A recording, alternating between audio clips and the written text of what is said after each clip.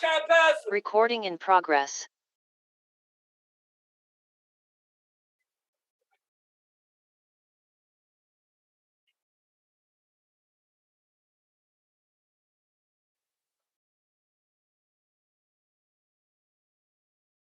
There will now be an opportunity for silent prayer or meditation.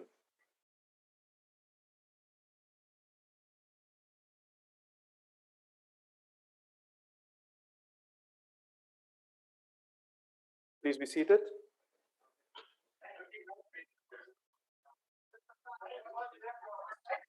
Order, honorable members, order.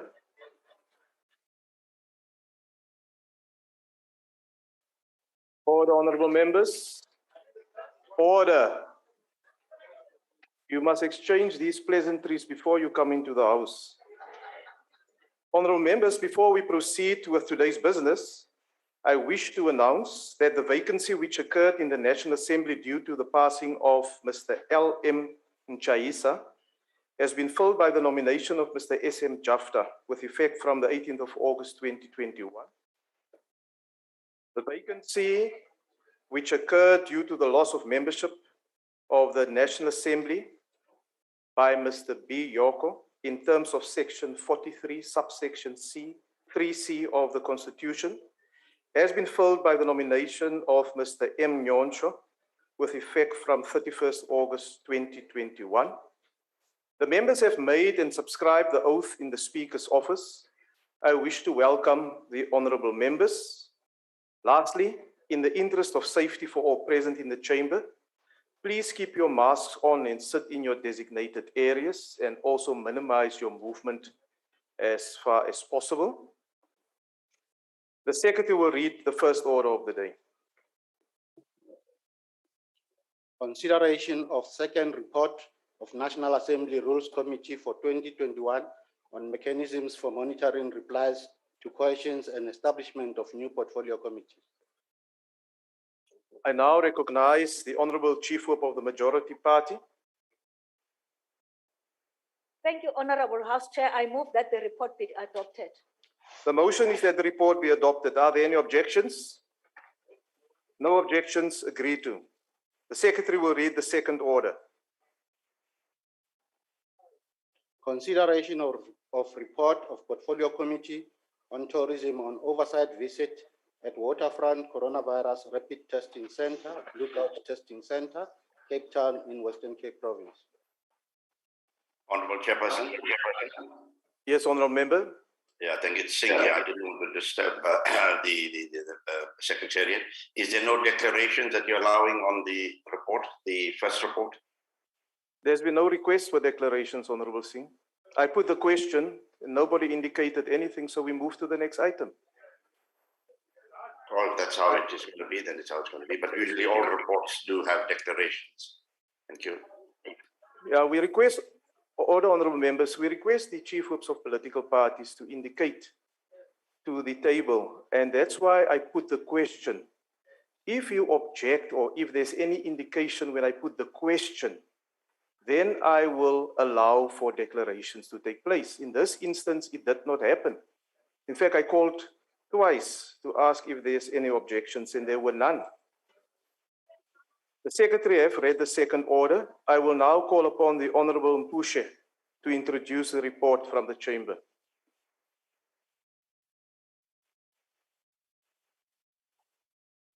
Where's the Honorable Member? Is the Honorable Member in the chamber or on the platform? That's the report, the second order on the report of the Portfolio Committee on the Tourism Oversight visit at the Waterfront. On the virtual?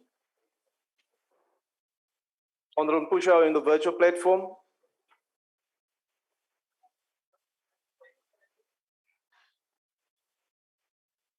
Are we connected to the virtual platform? I heard the Honorable Singh was on the platform, so there shouldn't be a problem.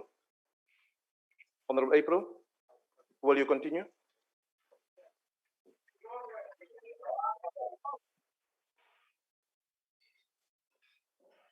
Thank you, Honorable Chair.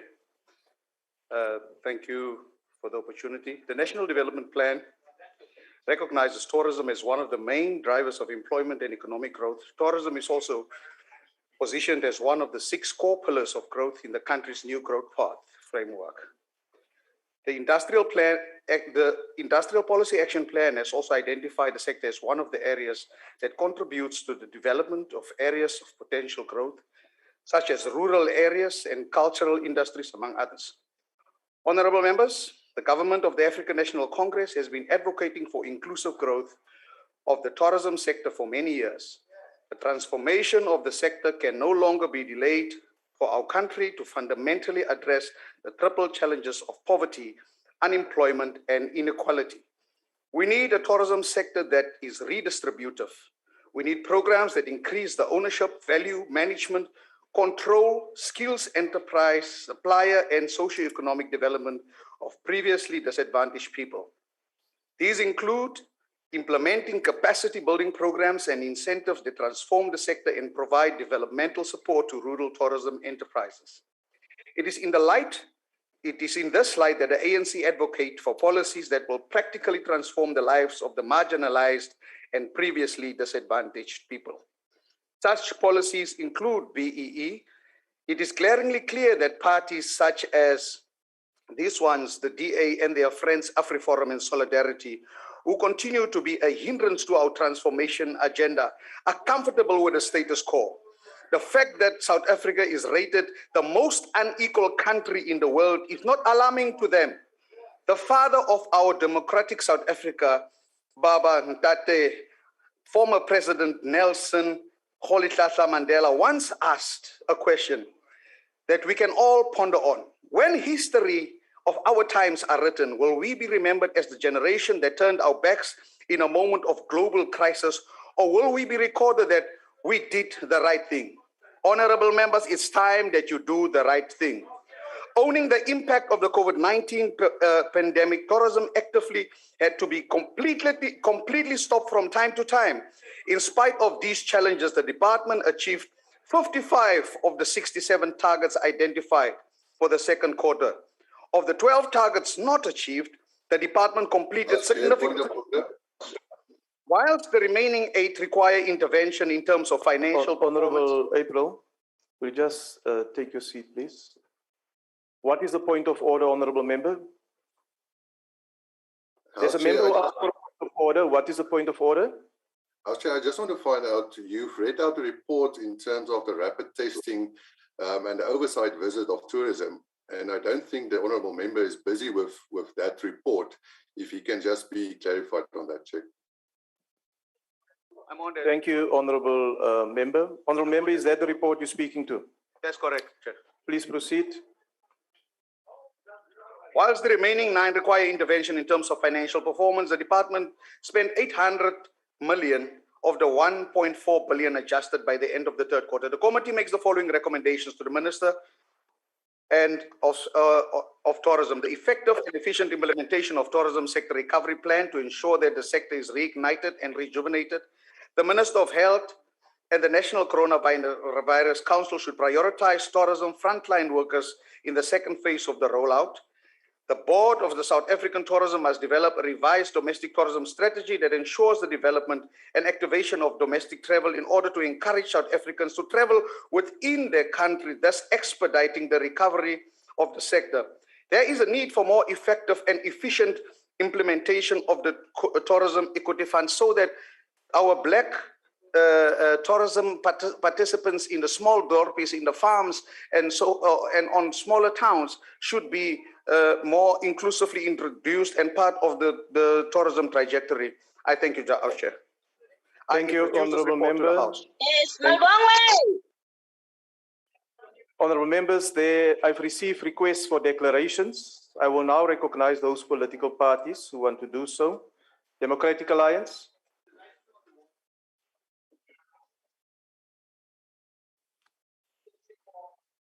Thank you, House Chair. This government's job-destroying lockdown and travel restrictions have regressed tourism at least 10 years. Stats SA reports that foreign arrivals dropped by 71% from 15.8 million in 2019 to less than 5 million in 2020. The overall number of travellers decreased by over 50% in a 15-year period from nearly 24.6 million recorded in 2006 to 12.1 million travelers recorded in 2020. South Africa did not receive visitors for the 6-month period from April to September last year.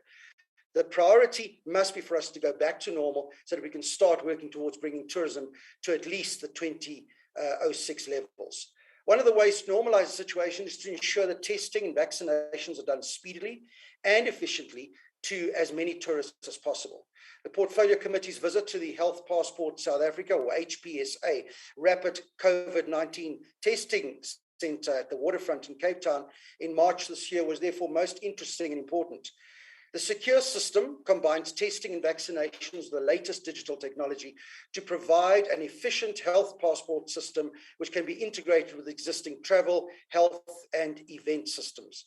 HPSA has developed a process to accommodate high volume on-site testing of over 65,000 people within 8 hours and works with all official COVID-19 test systems. The system quickly integrates with health systems, venues, airports, test centers, and event ticketing platforms for conferences, concerts, cultural and sporting events. This type of testing and health passport system can help to immediately reopen the travel, tourism, events, and hospitality industry, whilst also protecting individuals, businesses, the economy, and society. Travelers can upload their official passport details onto the Health Passport app, which can be automatically linked to airlines, notifying them in real time that the passenger's documents are in order and the passenger is fit to fly. All this is done meeting all the POPI Act requirements. The Health Passport scanner is engineered to enable airports, stadiums, arenas, conference centers, and other venues to safely reopen. It does not require any hardware or special integration. This technology has been proven successful and can be used internationally at events that have thousands of people attending. Locally, this technology was also tested and proved successful. In December last year, it was tested at a live music event called Recharge 2020, hosted at the Grand Cafe in Cape Town. At this event, 500 people were tested for COVID-19, where 30 were found to have been positive. The event was proven to be successful, as in the end, it was not a super spreader event. Government should allow and indeed encourage the rollout of these programs by the private sector, as they're able to do this efficiently and cost effectively. Government's only role should be to facilitate such technologies. Facilitation, collaboration, and coordination must be explored between the private sector and the various government departments such as health, home affairs, and of course, tourism.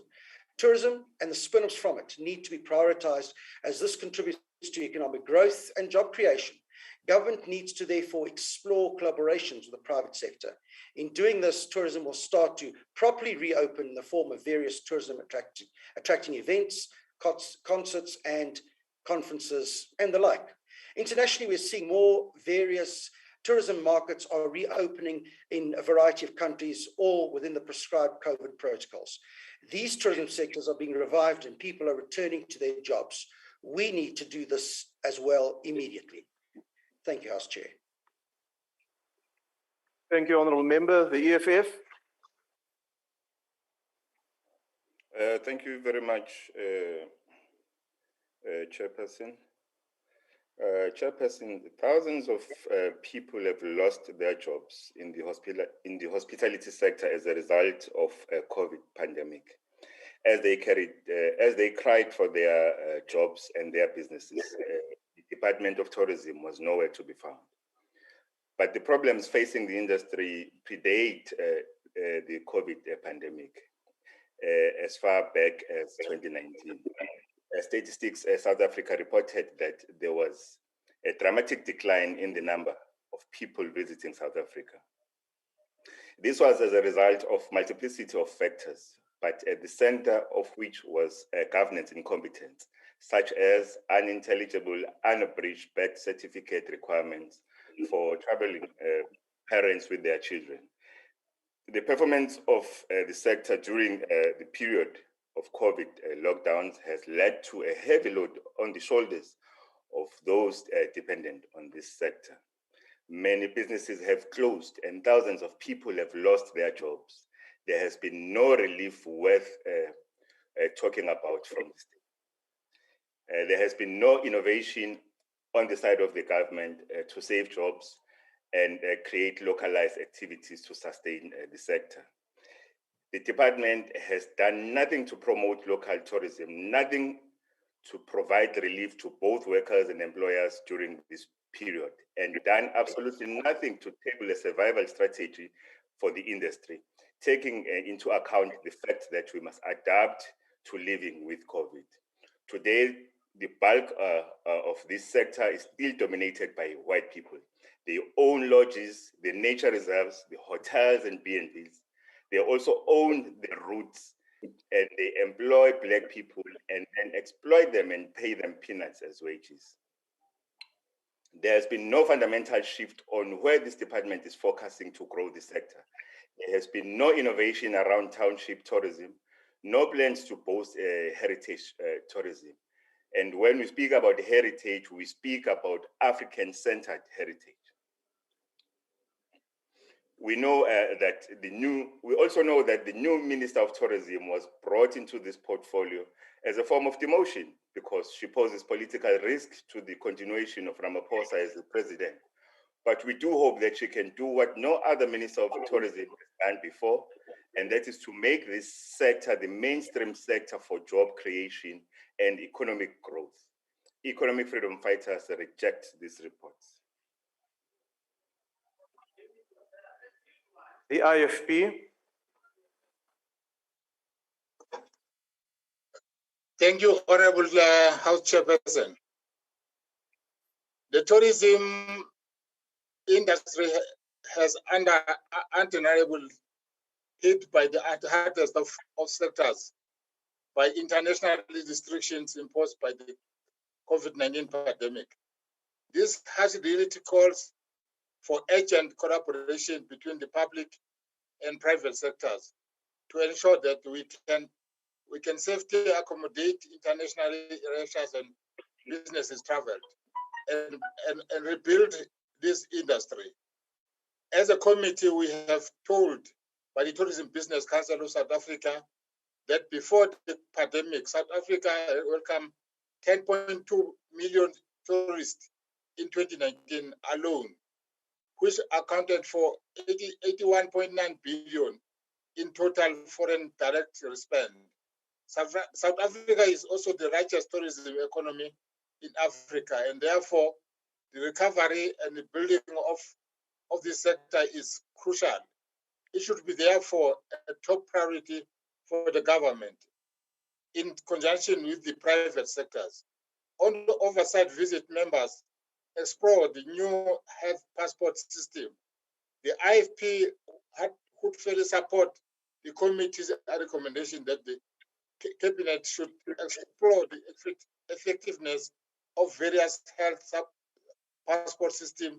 There is an urgent health support system, affordable and viable. The urgent of this matter cannot be stressed more.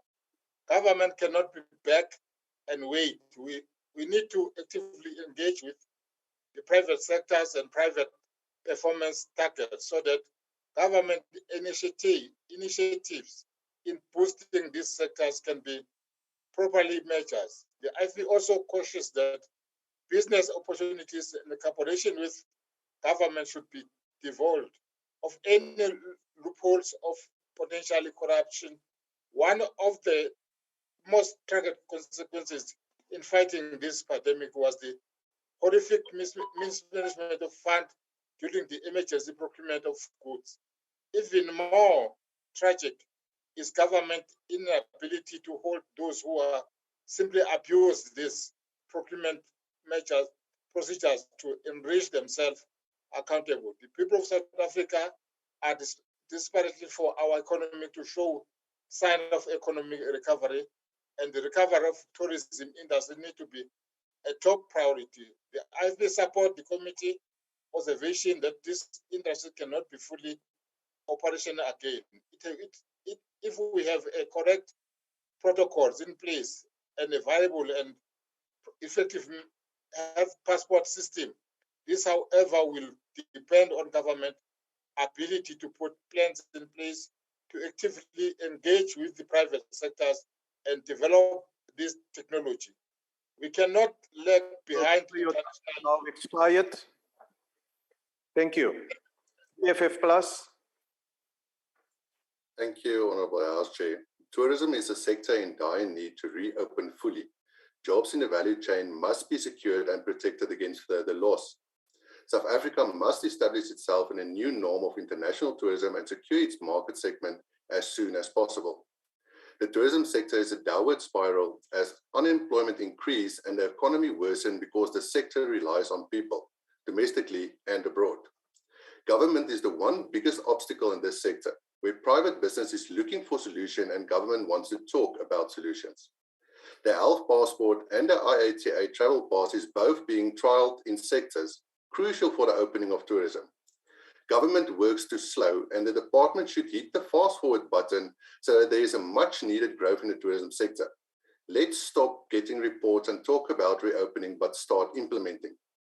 These private sector initiatives with rapid testing will play a key role in the reopening of tourism industry. And in this industry that relies on larger crowds and volumes of people like sports in stadiums, concert events and entertainment, especially in a local market, without making vaccination mandatory. En ek herhaal, geen verpligte inenting nie. COVID is a reality and must the government take hands with the private sector to ensure the economy and industries like tourism don't get extinct. Thank you, House Chair. Thank you, Honourable Member. The ACDP.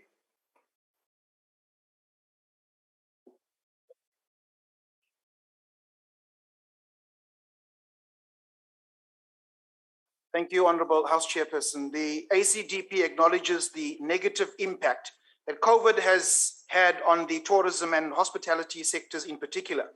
These sectors have potentially been the hardest hit with thousands of jobs lost.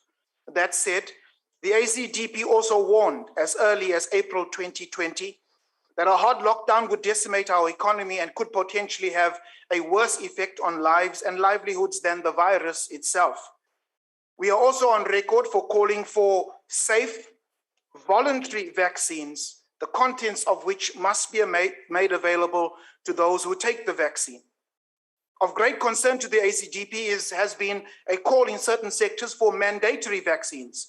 While President Ramaphosa is on record assuring South Africans that vaccines will not be mandatory, his cabinet minister, Mr. Nexi, issued a directive making it possible for employers to declare COVID vaccines mandatory in the workplace. This double-speak sows confusion, and the president's own minister casts a shadow of doubt on the reliability of the president's word. The question then is, can South Africans trust their president with the truth? The ACDP is also on record as saying that it will oppose vaccine passports. We believe in the constitutionally enshrined rights of all South Africans as expressed in Chapter 2 of the Bill of Rights in our Constitution. South Africans have the right to freedom of movement, human dignity, the right to life, the right to bodily and psychological integrity, and the freedom of religion, belief, and opinion, as well as expression, among others. Our Constitution guarantees the freedom of choice and bodily integrity. And just as we respect the right of those who have taken the COVID vaccine, so should we respect the rights of those who choose not to. So this report recommends that the minister engages with cabinet to explore the effectiveness and the efficacy of various health passport systems, which could be integrated with existing travel, health, and event systems by combining efficient testing, vaccinations, and real-time mobile technologies now available in South Africa. This passport system will allow entry to events after testing using the rapid antigen or PCR test. There are many in South Africa who opposed a DOMPAS system during apartheid, which separated South Africans based on race. We must just as intensely oppose a health DOMPAS, which would inevitably separate South Africans into the groups of us and them. We understand that this report seeks to open up the tourism sector, and for as long as the ACDP has a condition that there will not be mandatory vaccines, then we can talk about accepting. I thank you, Chair. Thank you, Honourable Member. The UDM. The ATM. Good. The NFP. Thank you, House Chair. The NFP supports the report. Thank you. the AIC, COPE, PAC, Al-Jama, the ANC.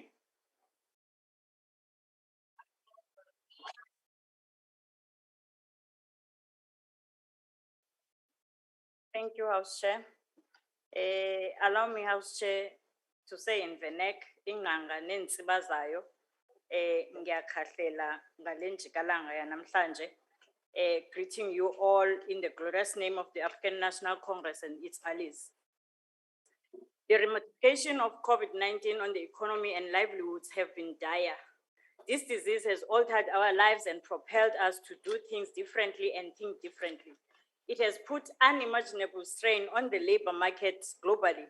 According to the United Nations World Tourism Organization, the global pandemic, the first of its scale in the new era of the interconnectedness, has put 100 million jobs at risk, many in micro, small, and medium-sized enterprises that employ a high percentage of women who represent 54% of the tourism workforce.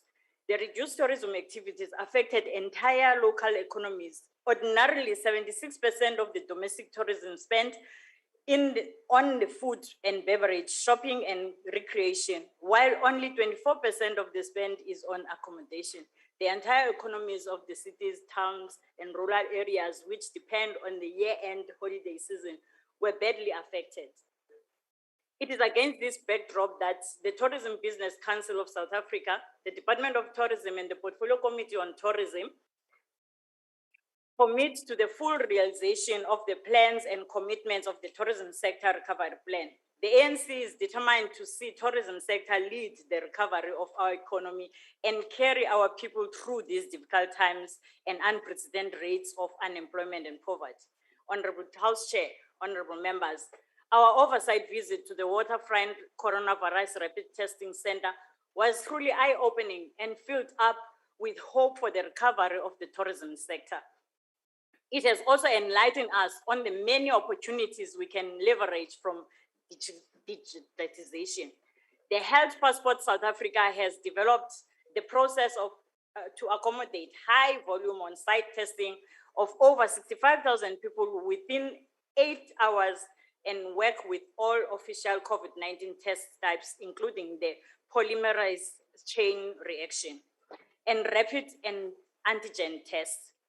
The committee was made aware that travelers can upload their official passenger locator forms to the travel wallet section within the Health Passport Worldwide app, which allows for details such as the flight booking number and passport number, which can be automatically linked to airlines, notifying them that a passenger's documents are in order and the passenger is fit to fly.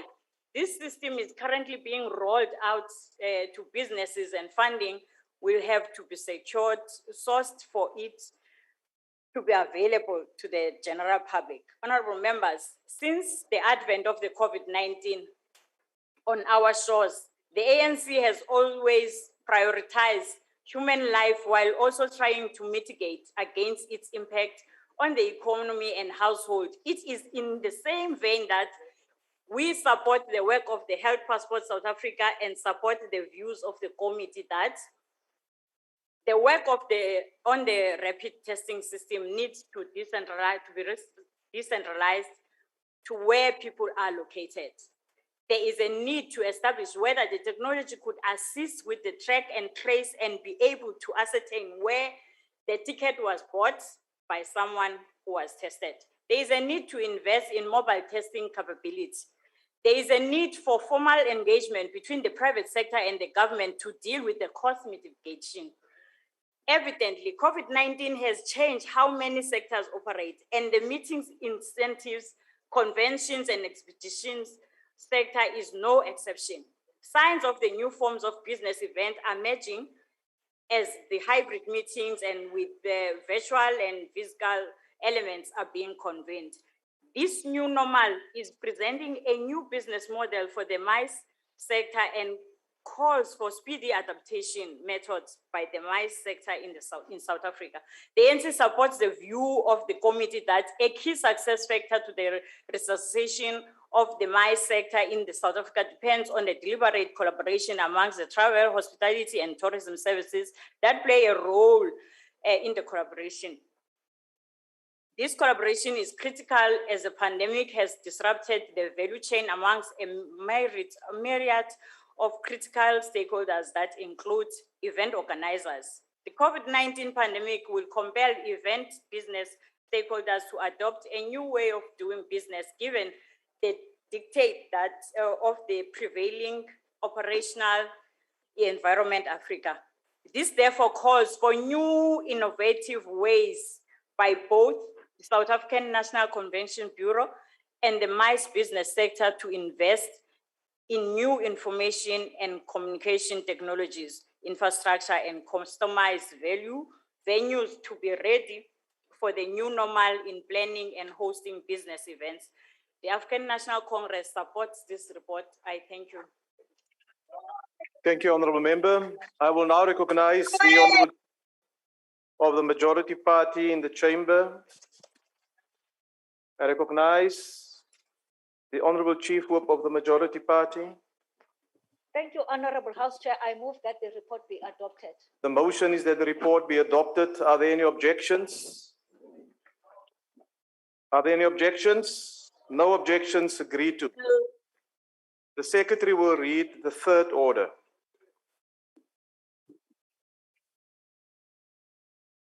Consideration of report of Portfolio Committee on Tourism on second and third quarter performance report for 2020-2021 financial year. I will now call upon the Honourable April to introduce the report as read by the Secretary.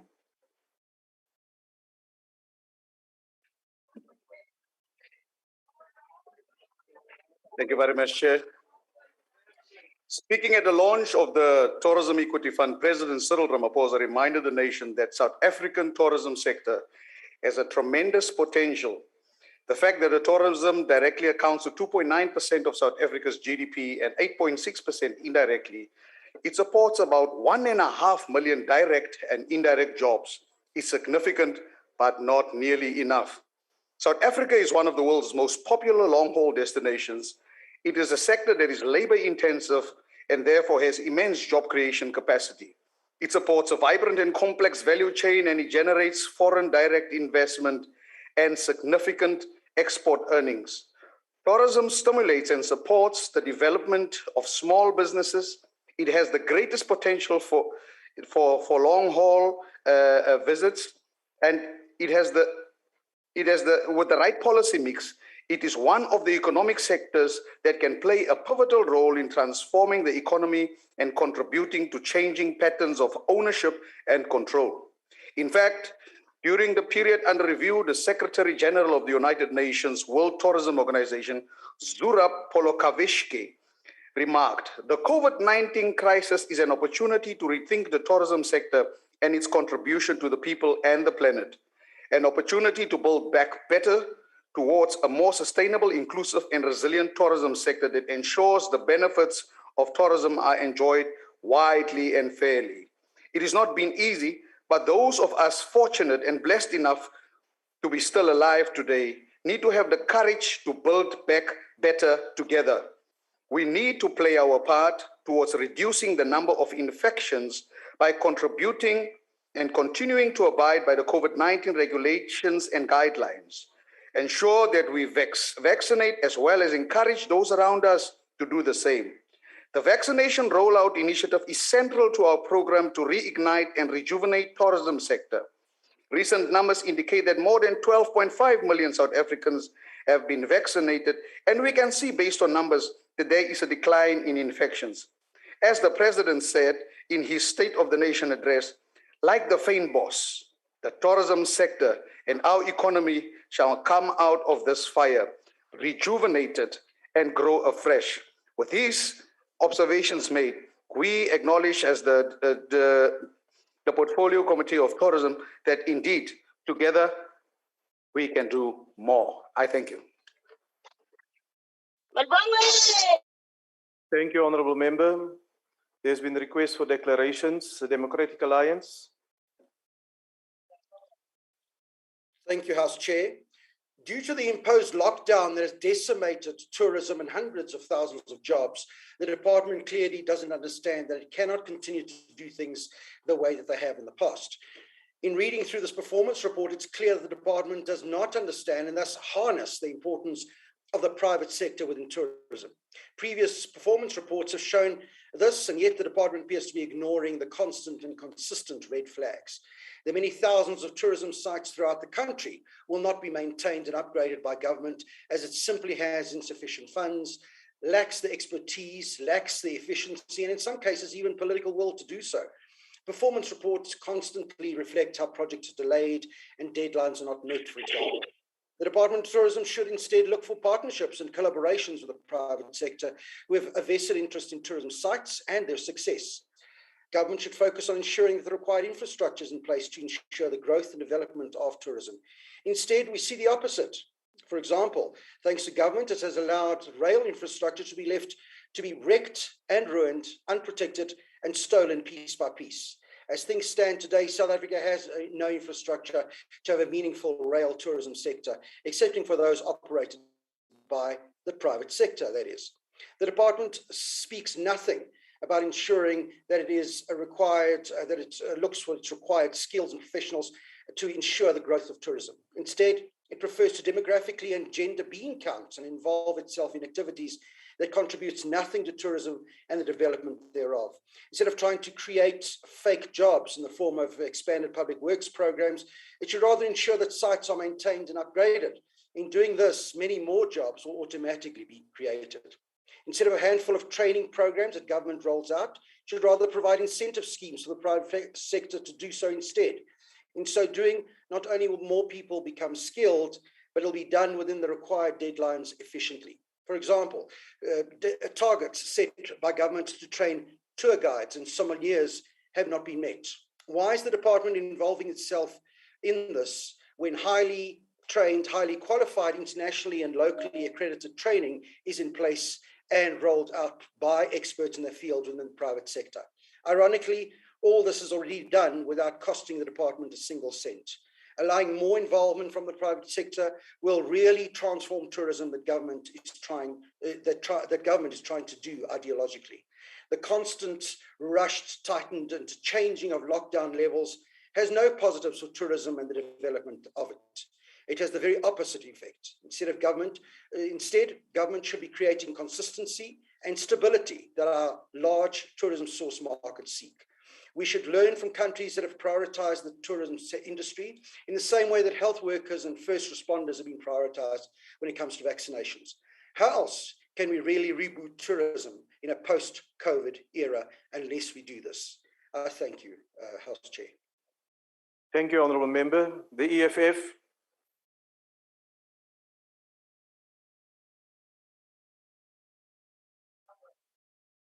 Is there a speaker from the EFF? The IFP? EFF is upset. No, not you, Honourable Member. I'm calling for a declaration from the IFP. Thank you, Honourable Chairperson. At the outset, we wish to state that we are aware that the restriction imposed due to the COVID-19 pandemic inevitably had a major impact on the implementation of various programs of the Department of Tourism. And South Africa tourism, this reality we cannot ignore. We, however, must, despite these challenges, carefully monitor reason for non-performance and ensure that pattern of failures are immediately addressed. It is concerned to the IFP that there is a securing theme of poor planning for projects to be implemented with third parties. For instance, the development of the National Tourism Analytics System framework did not commence. Due to the delay in appointing a service provider, we simply cannot ignore such failures. As Parliament, we have a duty to demand an answer.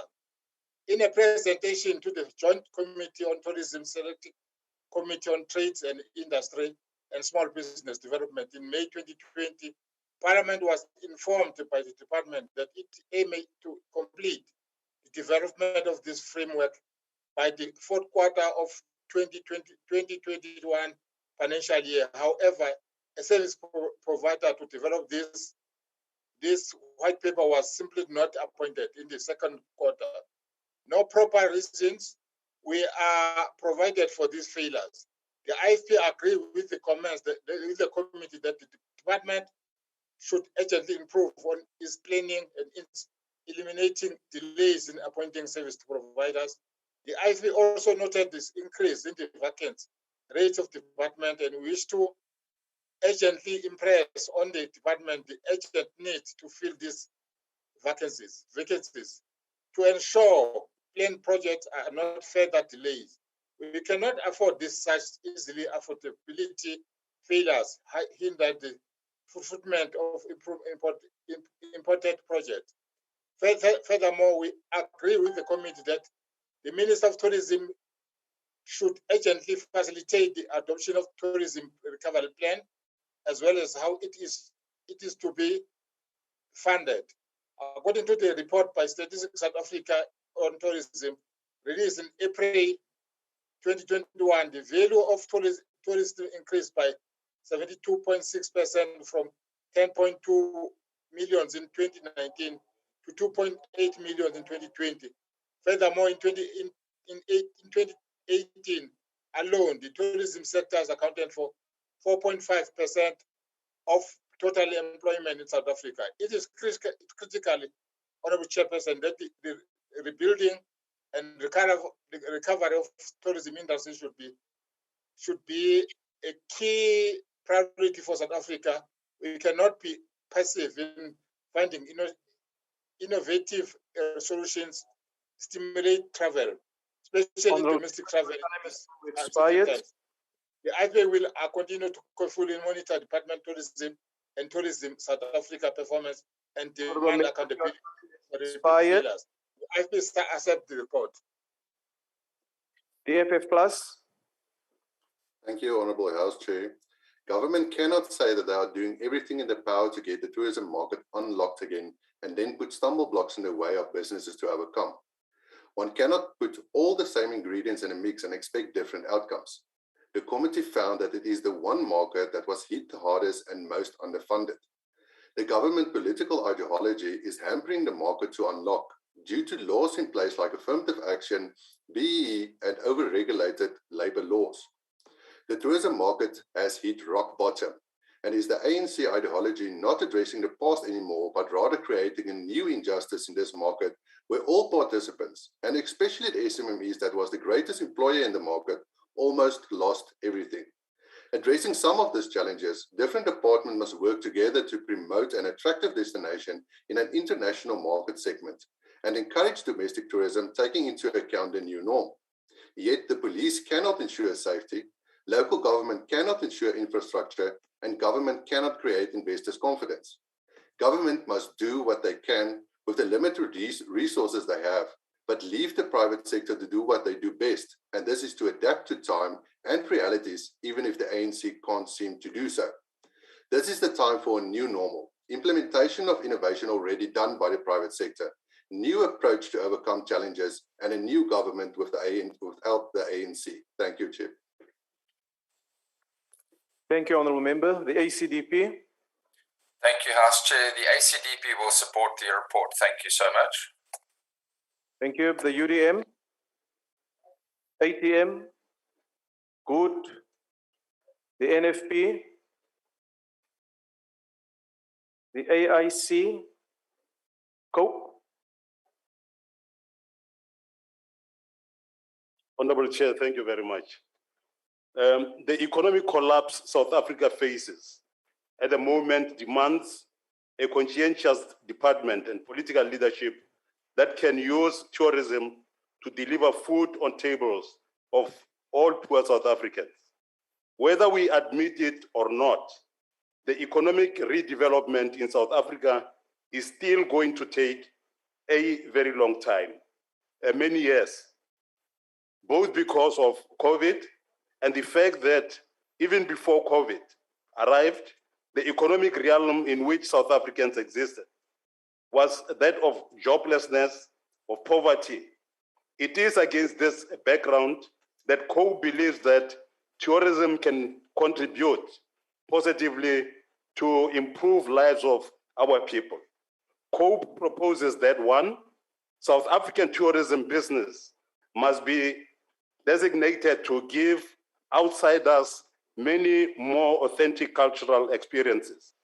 That means that all ethnic and cultural themes must be developed with the usage of a team of designers, cooperatives, etc., initially funded and trained by the relevant department. Two, the department must emerge with a program that will ensure the safety, non-exploitation, and support for the tourists. Three, it must train the youth so that they can become the owners of the tourism industry. That will help us to reduce the 2/3 unemployment rate that our young people find themselves in today. Without doubt, properly organized tourism structures can improve the economy and save South Africans from the death they presently are faced with. As part of the promotion program, we propose that all tourists leaving the country must be debriefed to obtain their criticisms and suggestions for South Africa to evolve new strategies and revive new policies. Thank you very much. Thank you, Honourable Member. The PAC, Al-Jamaa, the ANC.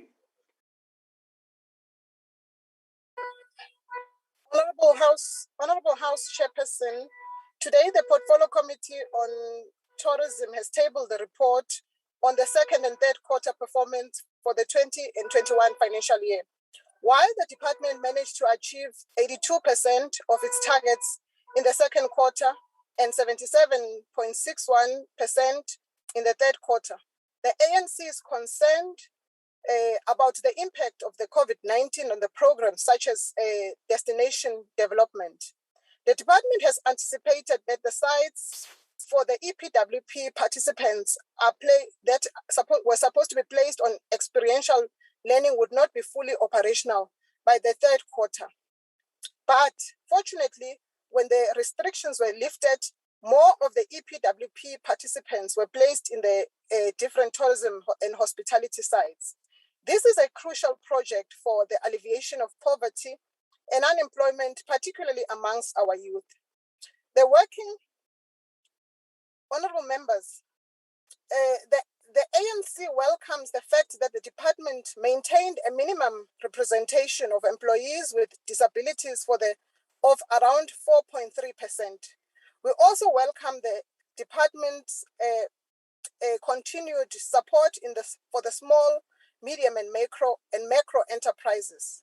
The ANC is also concerned that the department failed to meet the following targets: 50% of women representation at the senior level management as a result of vacancies that occurred during the period under review, the 100% implementation of deliverables for the quarter 1, quarter 2, and quarter 3 of the department's communication strategy.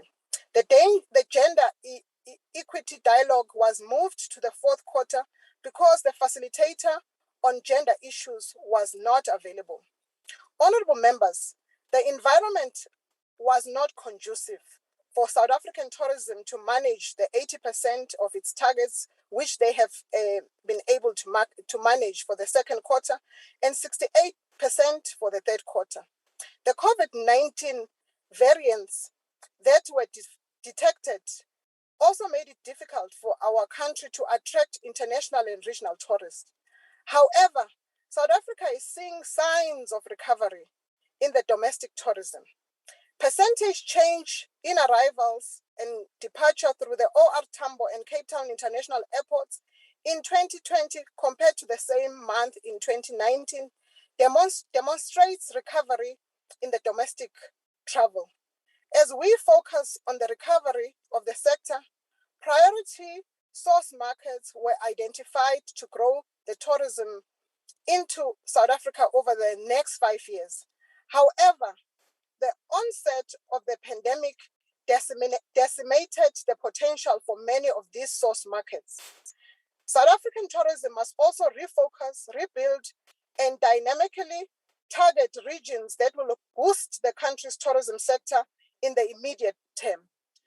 About 20% of experts project that the recovery will only pick up in the year 2022, and the focus sites will be on the regional and domestic markets. Some of the barriers to the recovery can be attributed to the slow vaccination responses time, the low consumer confidence. The recovery depends on the three elements within this pandemic, which is the pandemic trajectory, travel restrictions, and vaccine development. With all these hindrances and all these challenges that were confronted by the tourism sector as a whole, the department is able to report some positive spin-offs and is able to report on their performance. We know that tourism was the hardest hit sectors, and we welcome the recovery plan of the department and our entity as tabled to the portfolio committee. We will also be supporting this trajectory and these plans towards recovery. But we all know that for the tourism to get back on its feet, we need the country to be vaccinated. We need the country to get to herd immunity. However, with all these challenges, tourism will rise and tourism will strive again, because we know that tourism does have the potential to do so. The ANC supports these recommendations of the quarterly performance as tabled before the House, and the ANC supports the report. Thank you, Chairperson. Thank you, Honourable Member. I now recognize the Honourable Chief Whip of the Majority Party. Thank you, Honourable Chair. I move that the report be adopted. The motion is that the report be adopted. Are there any objections? Honourable Chairperson, please note the objection of the Freedom Front Plus. Thank you. Objection of the Freedom Front Plus is noted. Are there any further objections? There's Please no note further the objection of the EFF, Chairperson. Thank you. The objection of the FF Plus and the EFF is noted. Are there any further objections? There's no further objections. The report is thus agreed to. The Secretary will read the fourth order of the day.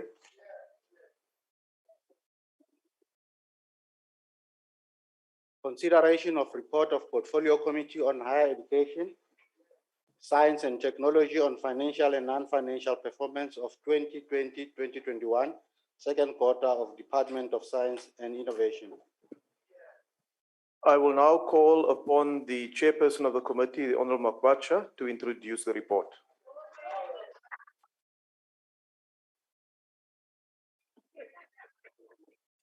Honourable House Chairperson, honourable members and colleagues from the National System of Innovation, I stand before you at the beginning of this Heritage Month to table the 2020-2021 second quarter financial and non-financial performance report of the Department of Science and Innovation. Honourable members, the COVID pandemic has reminded us that we cannot shy away from the importance of indigenous knowledge systems, as seen with the increased reliance of communities on traditional medicines during this pandemic.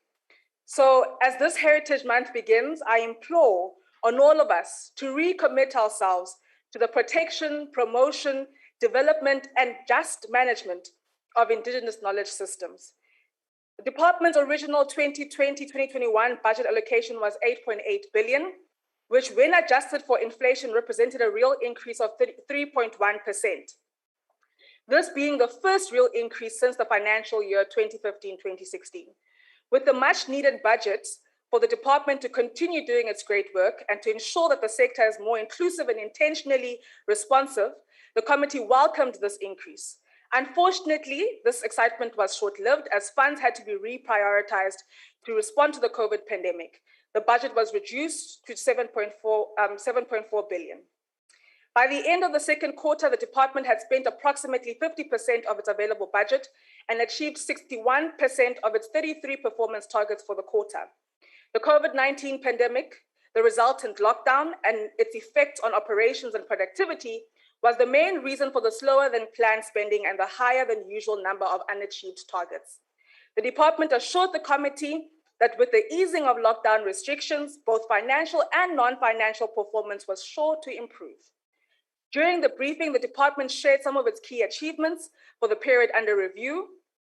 Examples of these would include its investment in human capital development through the awarding of postgraduate bursaries, experiential work programs for unemployed science, technology, and innovation graduates, international patents being filed, its work to support the district development model, and most remarkably, its research development and innovation in relation to COVID-19.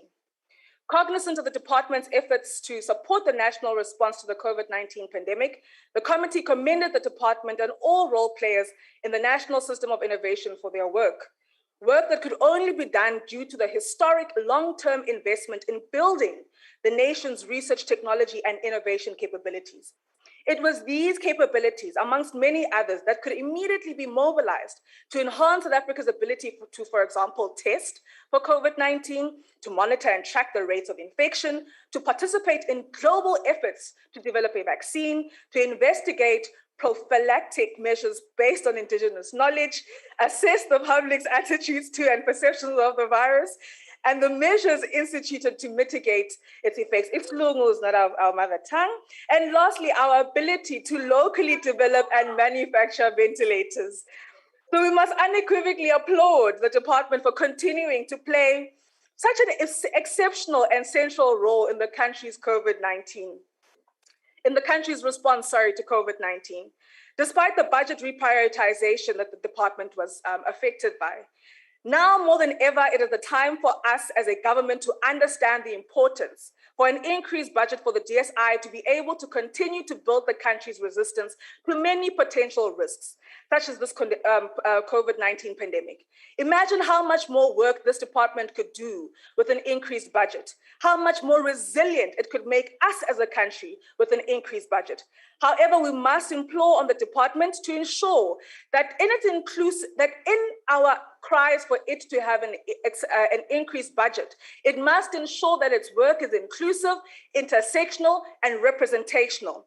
Umzansi Jigalele must bear the fruits of the work of the departments. When considering the department's input of key concern to the committee was the low amount spent on procuring services and goods for small and medium-sized enterprises, especially those owned by Black females and persons with disabilities. In addition, the committee encouraged the department to actively and deliberately include persons with disabilities in their science, technology, and innovation programs. The committee resolved to monitor whether the department was improving and was meeting its targets for the procurement spend, whether or not it was meeting its targets with regards to beneficiaries and participants in the science, technology, and innovation programs, and improving on achieving holistically all of its targets. This report is placed before the House for consideration and adoption. We hope that during this Heritage Month, we will all take time to introspect and reflect critically on a myriad of matters relating to our collective identity as South Africans.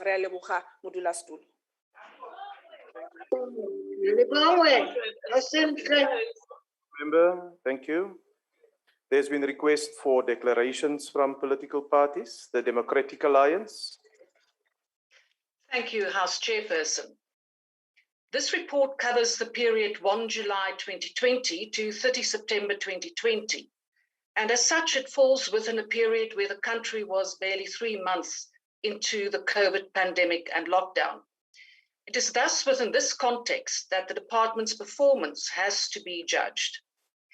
At the end of the quarter under consideration, the department had spent 50.4% of the available budget, which was 20.3% slower than the projected expenditure of 44.7 billion rand for the quarter.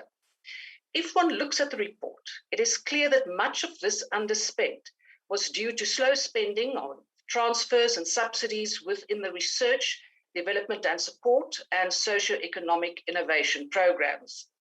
This is mostly attributable to the delayed implementation of various projects. There was also an underachievement in terms of planned performance targets, in that 61% were achieved of the planned 33 targets. This can mostly be attributed to the impact of the COVID-19 lockdown on the specific operations. In looking at the under or slow expenditure of the budget in the different programs, the effects of the lockdown can be seen and has to be acknowledged. However, Chairperson, there are some matters for concern that have to be highlighted.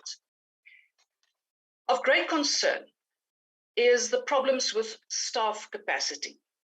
This is a department that relies on highly skilled and qualified staff, and it will have a detrimental effect on their future performance if this cannot be addressed as a matter of urgency. It is concerning that at the time of the report, the department had 97 vacancies. Now, this has been an historic problem in the department and is largely due to an inadequate budget. The delays in finalizing contracts, such as that of the South African Radio Astronomy Observatory, research and development infrastructure, and the delays in the transfer of funds for the square kilometre array will have to be addressed, although one does understand that some of the delays are outside of the control of the department. Chairperson, although the department reported on under or slow spending in the second quarter, this department remains one of the best managed departments and still manages to perform extremely well in spite of an inadequate budget. We have again seen the importance of science and innovation in the changed world we live in now, specifically related to COVID, and that this department is at the center of this. However, they cannot do it alone, and it is incumbent on all other departments to join hands with the DSI to enable them to promote and deliver science and innovation to address the future well-being of the country. This department cannot and should not function in isolation, and their work should not be viewed as of minor importance. They need the buy-in and backing of government, the various departments in all spheres, and the private sector. Science and innovation will determine and is to a large extent already determining our future. The DA supports this report. Thank you, Honourable Member. The EFF. Thank you, Chairperson. The EFF rejects this report as it is further confirmation that the department is determined to underfund the sector even when the funds are readily available. Under the quarter under review, the department failed to meet 50% of the targets it set for itself. And what is most alarming is the inability to utilize and disburse funds that would change the lives of students in universities and TVETs and improve community education development. There is no consequence management because the minister treats parliament like a pulpit and comes and goes as he pleases, at the expense of the critical mandate of oversight and the committee ought to perform. There was underspending that amounts to 242.3 million in the community education and training program and perennial vacancies that result in a poor rollout of developmental programs. The target to conduct testing within 40 days of qualifying applicants of the trade test under skills development was not met, meaning potential artisans and motive forces of our economy have been left lingering without qualifications due to gross incompetence. Examiners and moderators who already rendered their services in the 2019 and 2020 financial year are subjected to non-payment due Honourable to... Honourable Member of the platform, just give me a moment, please. Why are you rising, Honourable Member? Chair, I'm rising on a point of clarity. I think the member on the platform is speaking about higher education and our own science and innovation, disbursement of funds really on science and innovation. No, man. Thank you, Honourable. Thank you, Honourable Member. Honourable Member, you may continue. Just stick to the report.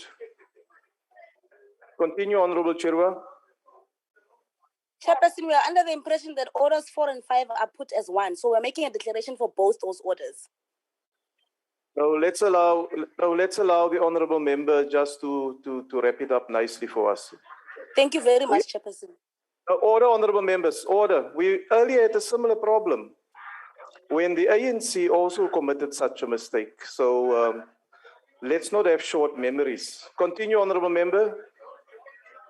Thank you, Chairperson. Examiners and moderators who already rendered their service in the 2019 and 2020 financial year are subjected to non-payment due to 209.6 million underspending in TVET and vocational sector.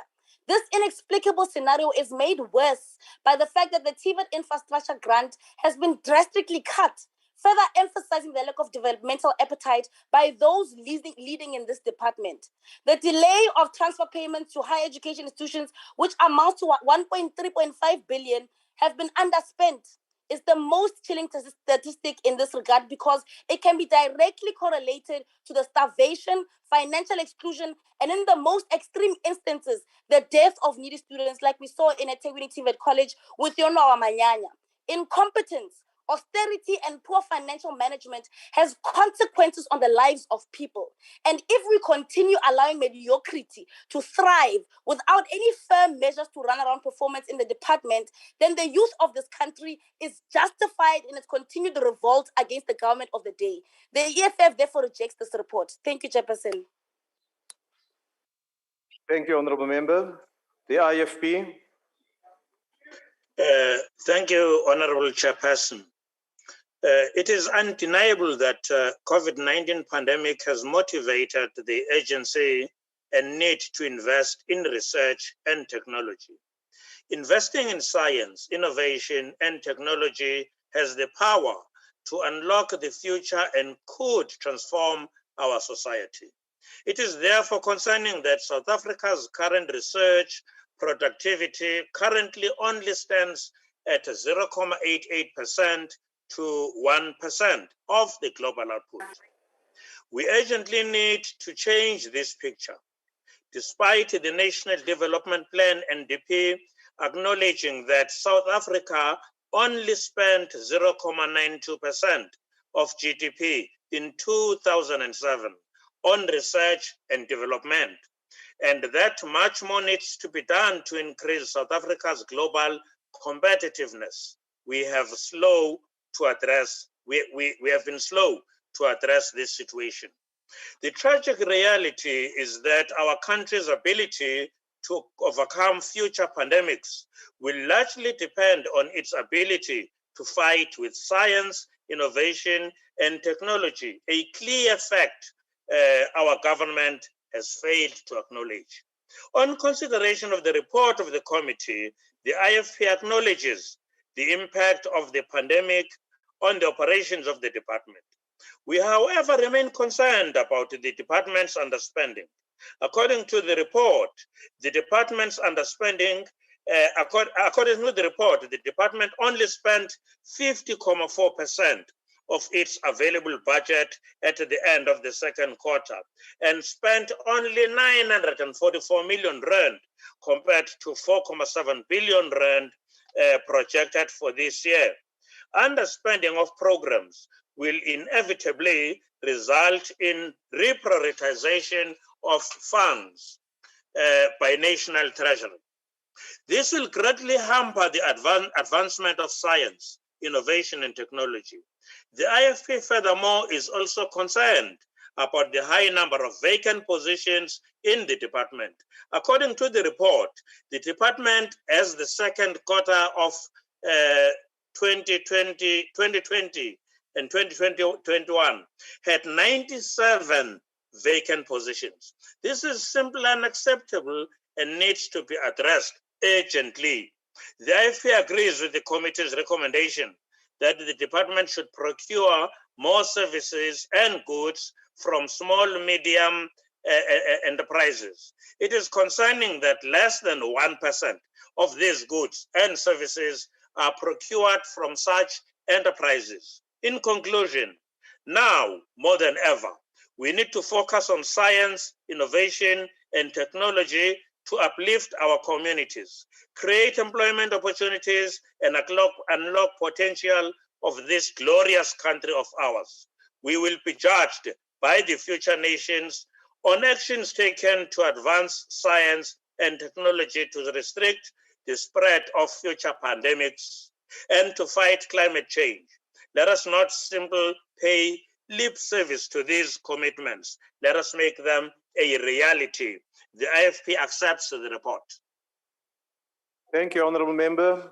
The FF Plus.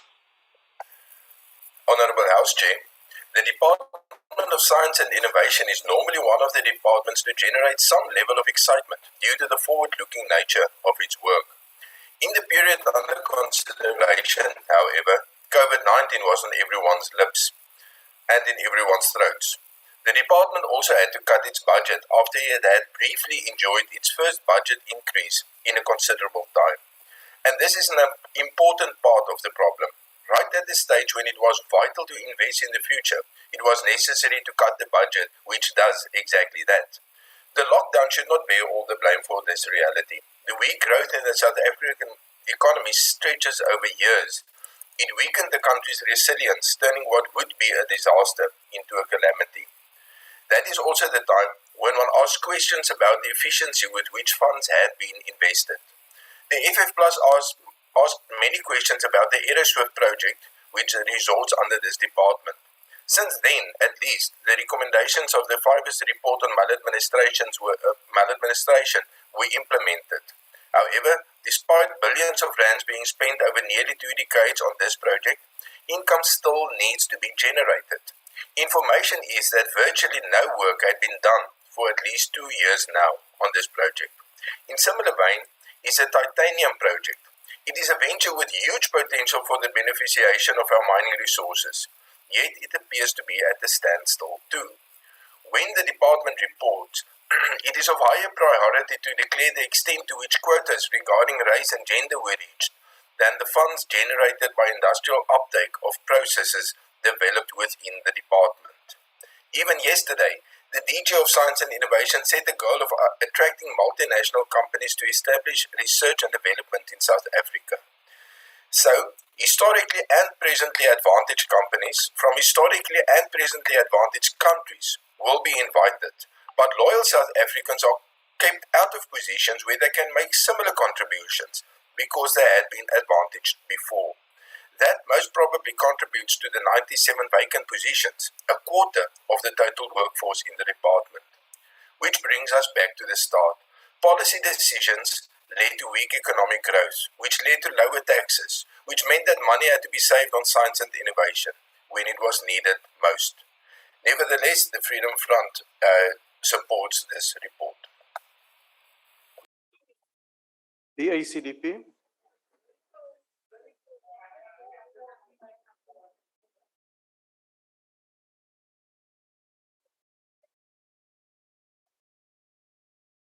Thank you, Honorable House Chair.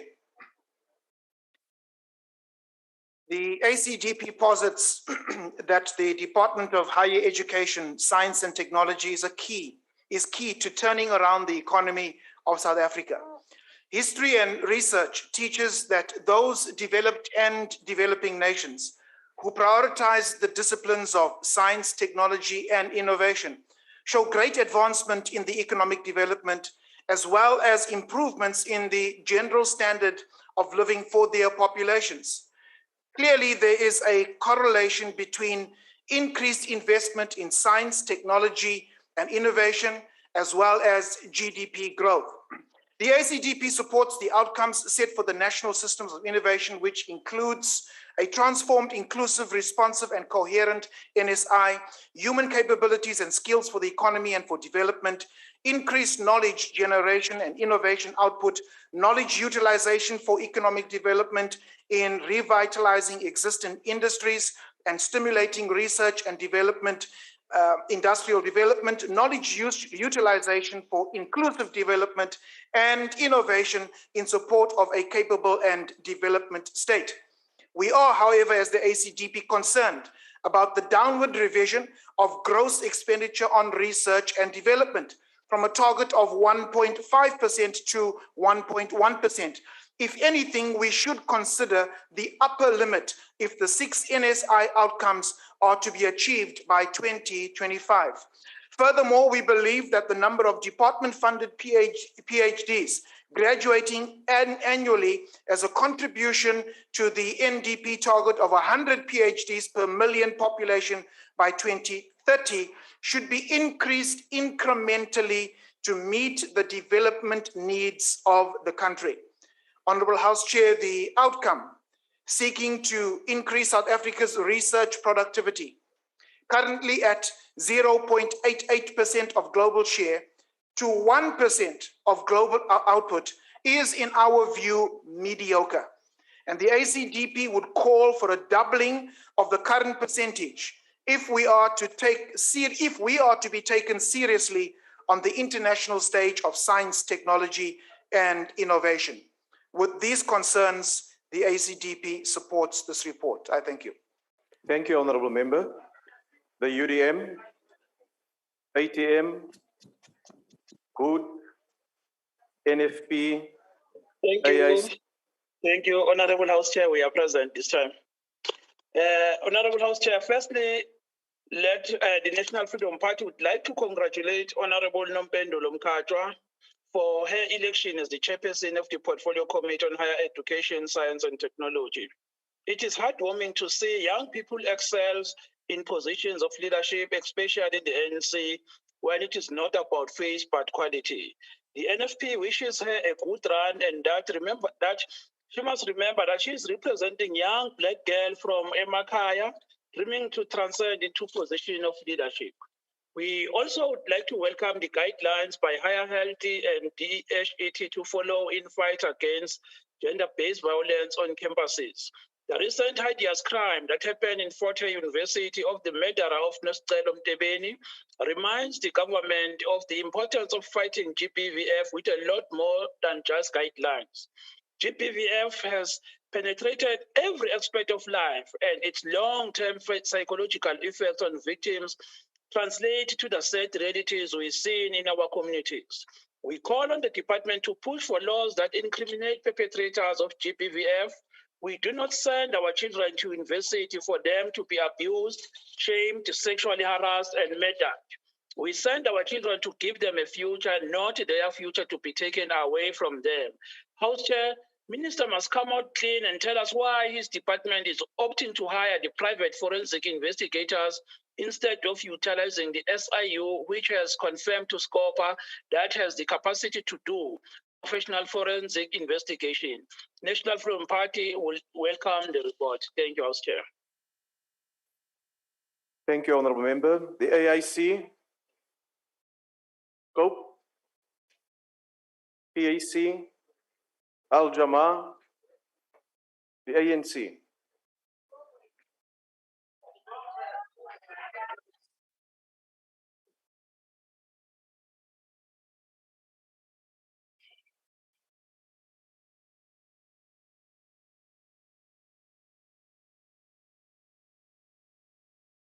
Honorable House Chair, honorable members, fellow South Africans.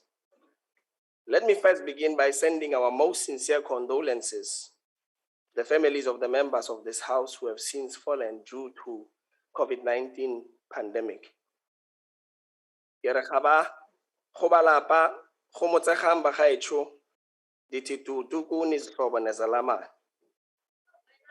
Let us also welcome Heritage Month in all its glory, for us to appreciate where we are and where we are going. We need to acknowledge our past and learn from it. We all need to be proud of our heritage, a heritage steeped in victory over adversity. The period under review was beset by a national lockdown, which was intended to curtail the rapid spread of the COVID-19 virus, which came onto our shores in March 2020. The unintended result of the national lockdown was the rapid shrinking of the economy, which came with dire consequences for the livelihoods of many South Africans. It is during this period that all and sundry felt the impact of the necessary national lockdown. This period also saw a reduction in government spending and the reprioritization of funds towards dealing with the effects of the pandemic. I felt it is important to underscore this context, as our friends from the EFF seem to think that the reduction of spending was caused by some magical incompetence that sprang out of the department, a department which we all praised for their second quarter performance as parties in the committee. 10 codes are a problem in this country. 10 codes are a problem in this country. They applaud you in one hand, they hit you on the same matter on another hand. 10 codes are a problem in this country. We must acknowledge that the department achieved 20%, which is 61% of the 33 planned performance targets, and did not achieve only 13. The reason for a large number of the targets that were not achieved was ascribed to the COVID-19 lockdown and its effect on operations and productivity. Furthermore, ongoing and worsening staff capacity issues, as well as the current review of Section 11D of the Income Tax Act, continues to hamper the administration of the research and development tax incentive. The predominant trend that we have observed for the underspending in the various programs of the department was due to delayed transfers, which were not made to several entities in the department.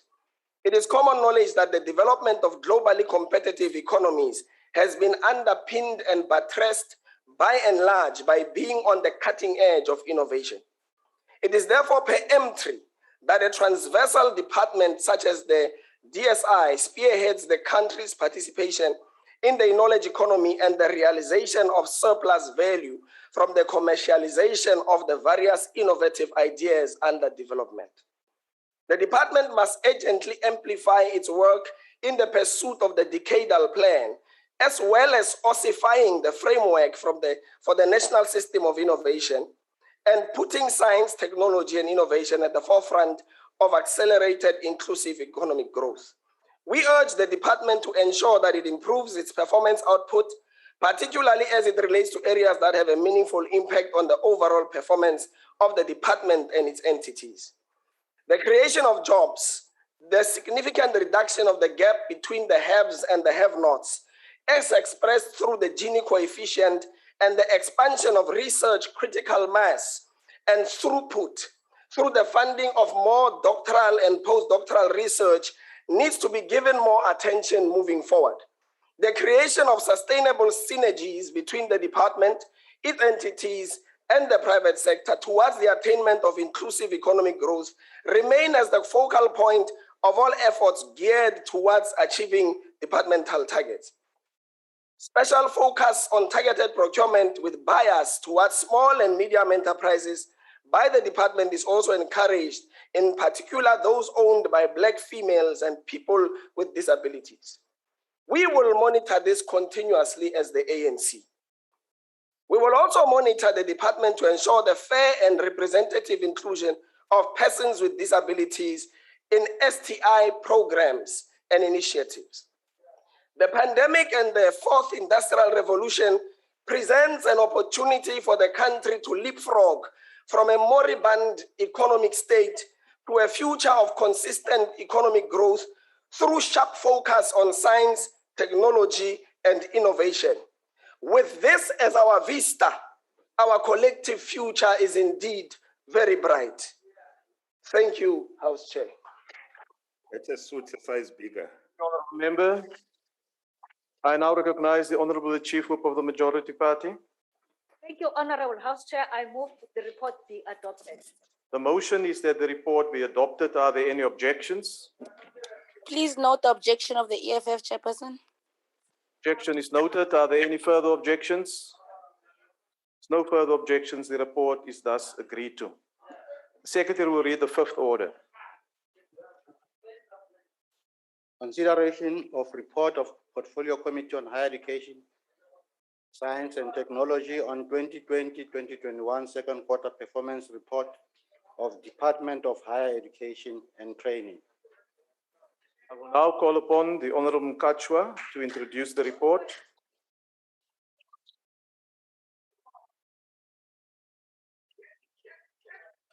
Honourable House Chairperson, members and citizens. It genuinely pierces my heart that exactly a week ago, I stood before you and wished the families of 2 Forte students condolences on the loss of their children. Again, I stand before you this afternoon and send our heartfelt condolences to the family and friends of yet another East London student. On the evening of Monday, the 30th of August, 2021, at Walter Sisulu University, St. Patrick's Court student residence, a third-year human resource management student was stabbed to death by a fellow student in an altercation. From the little that has been alleged to have occurred in the altercation, there's an unquestionable need for a deliberate program to inculcate a socially cohesive South Africa, starting with institutions of higher education, not of course excluding many other social institutions, but prioritizing social institutions such as those in the basic education sector and higher education sector as microcosms of our society. We commit ourselves as a committee to working with the institution and the department at large in addressing the brewing social intolerances in our institutions. Honorable members, the Portfolio Committee on Higher Education, Science and Innovation continues to endeavor towards strengthening oversight and accountability over the Department of Higher Education and Training. The committee has been consistent in monitoring progress towards the achievement of the financial and non-financial performance of the department against the predetermined targets set for the 2020-2021 financial year. For the 2019-2024 MTSF, the department planned to expand access to post-school education and training opportunities, planned to improve the efficiency and quality of the PSET system, planned to ensure that the system is responsive to the current socioeconomic needs of society, and lastly, to ensure success within the PSET system. The department's specially adjusted appropriation for the year 2020-2021 amounted to 107 billion, which was inclusive of 95.9 billion of voted funds and 11.3 billion of direct charges against the National Revenue Fund for skills development. For the quarter under review, the projected expenditure amounted to a translated 73.3% of the available budget. At the end of the second quarter, the lower than projected spending excluded direct charges amounted to a translated 2.5% of the available budget. The committee noted that the lower than projected spending was due to the delays in the transfer of earmarked grants to universities in respect of block and earmarked grants that were not transferred as projected. Institutions of higher learning failed to submit their audited reports on time on their spent earmarked grants. Expenditure on goods and services during the second quarter was also slow. The department underspent 48.7% of the quarterly projected expenditure. This was attributed to the slowdown in activities due to the COVID lockdown. In terms of the service delivery program, the department had 6 planned targets, which were shared between 4 of its budget programs: administration, university education, skills development, and the community education and training program. The department achieved 50% of the planned quarterly targets. The committee commends the ability of the department to achieve an unqualified audit opinion from the Auditor General of South Africa. The target that was not achieved included a number of intergovernmental international scholarship forum meetings, which could not be convened due to the lockdown, and these had then been rescheduled to the third quarter. The target to have a biannual report on teaching and learning improvement plans, which were not achieved because the monitoring of teaching and learning could not take place due to the lockdown. In relation to underspending on compensation of employees, the committee was concerned by the impact of the DPSA circular instructing the halt of recruitment processes during the levels 5 and 4 of the lockdown. Furthermore, the committee was concerned by the recurring reasons for variance in terms of non-achievement of targets. As such, we really implore the department to follow through on the mechanisms put in place to address the causes of underachievement. The 4-month payment holiday on skills levies negatively impacted funding for SETAs and the National Skills Fund. This further impacted the placement of students in work-based learning and artisan development programs, learnerships, and internships.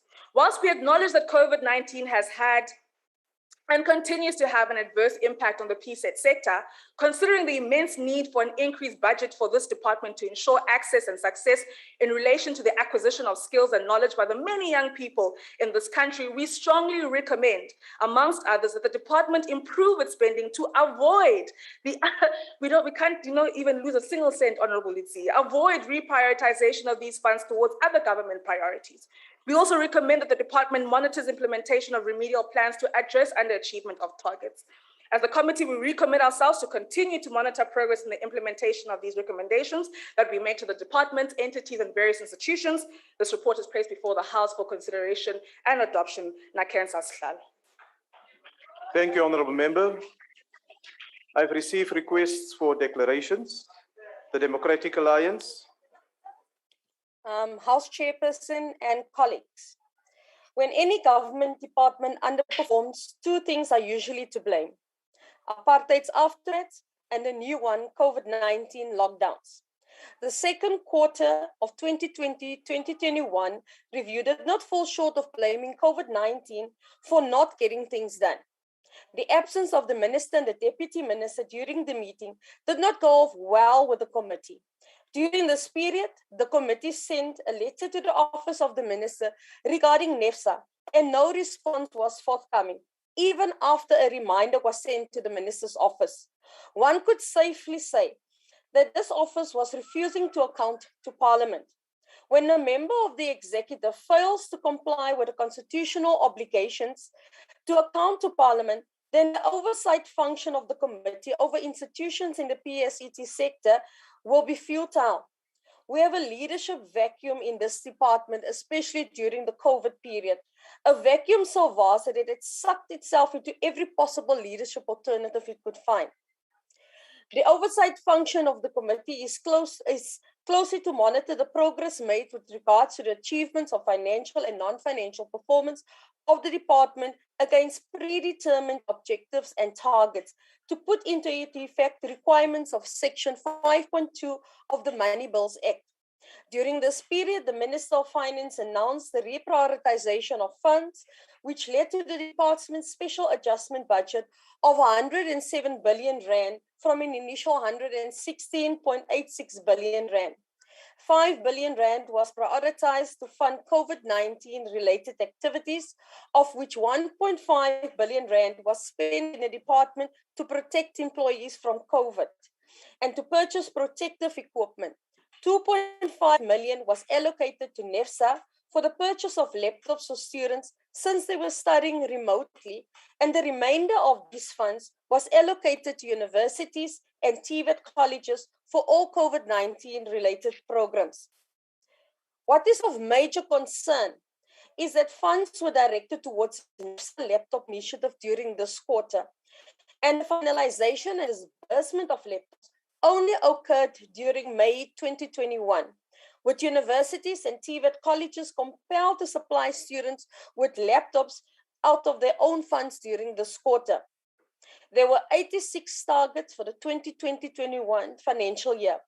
Quarter 2 had 6 targets, of which 4 were specific targets. 3 out of these 6 targets were achieved with an overall underspend of 4.5 billion rand, or 5.5% of projected quarterly underspending. Failure to fill funded vacant posts in the department and SAQA, failure to conduct trade testing for 386 diesel mechanics, electricians, fitters and turners had an impact on the employability and self-employment of these candidates. And the loss of 6 billion rand by the skills development program as a result of the 4-month skills payment or holiday were all cited for the underachievement during this quarter as a result of COVID-19 lockdown.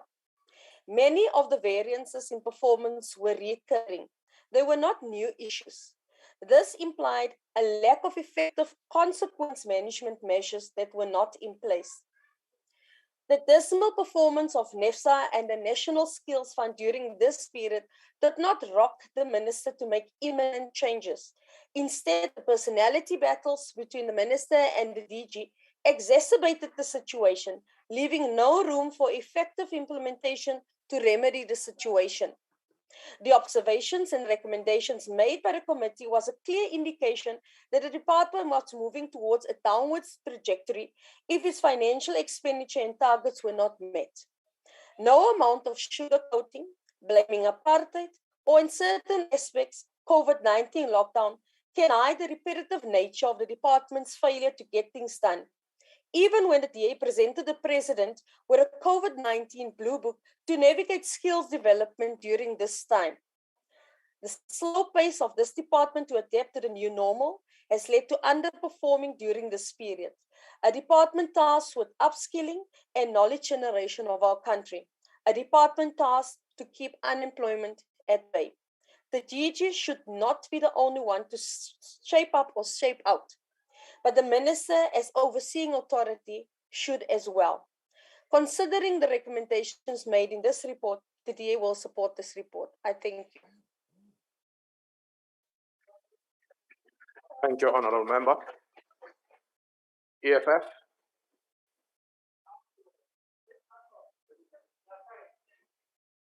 The EFF rejects the report, Chairperson. Thank you very much. IFP. Thank you, Honourable Chairperson. The higher education sector experienced immense upheavals over the period in concern, compromising the education of the millions of young South Africans and the functioning of all tertiary education institutions. As with other government departments, this one also experienced budget adjustments to assist in the country's COVID-19 response. This, together with the lockdown regulations, had a direct impact on its ability to meet its targets. The IFP acknowledges the Auditor General's unqualified audit opinion and trusts that the department's remedial plan to address the audit findings is being implemented and will be reflected in this year's report. The IFP notes that the department's underspending can be attributed to lockdown restrictions. This also impacted, among others, the filling of critical vacant funded posts and department operational expenditure in items such as operating leases, training and development of employees, and usage of facilities. However, the department's delays in providing the information requested by the committee remains a concern. Parliament cannot exercise effective oversight when the minister does not provide the relevant information timelessly. The IFP reminds the department that accounting to Parliament is a constitutional obligation and it must endeavor to meet deadlines. Another point of concern is the relationship between the department and the IFP urges the department to improve controls and accountability processes so that students are not left stranded as they have been in the past when school year commences. Further, the department must develop together with institutions a means by which to financially contribute to better security on and around campuses nationwide. The scourge of gender-based violence and femicide is a priority concern, and this must be reflected in the financial planning. Finally, the department must improve its spending to avoid reprioritization of funds meant for the expansion of access and success in education and training to other priorities of the government. This sector is critical to the development of South Africa, and every cent must be accounted for. The IFP supports the report. Satembe.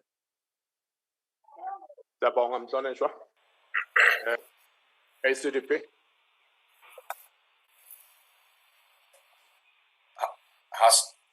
House Chair, I think the Freedom Front Plus is before us, but I just want to indicate that we support the report and work further declaration. Thank you. Honourable Swart, Mr. Trang is already here. My apologies, House Chair. Thank you. You want to go ahead? You can go ahead. I'm aware that I jumped FF plus. We'll go back to them.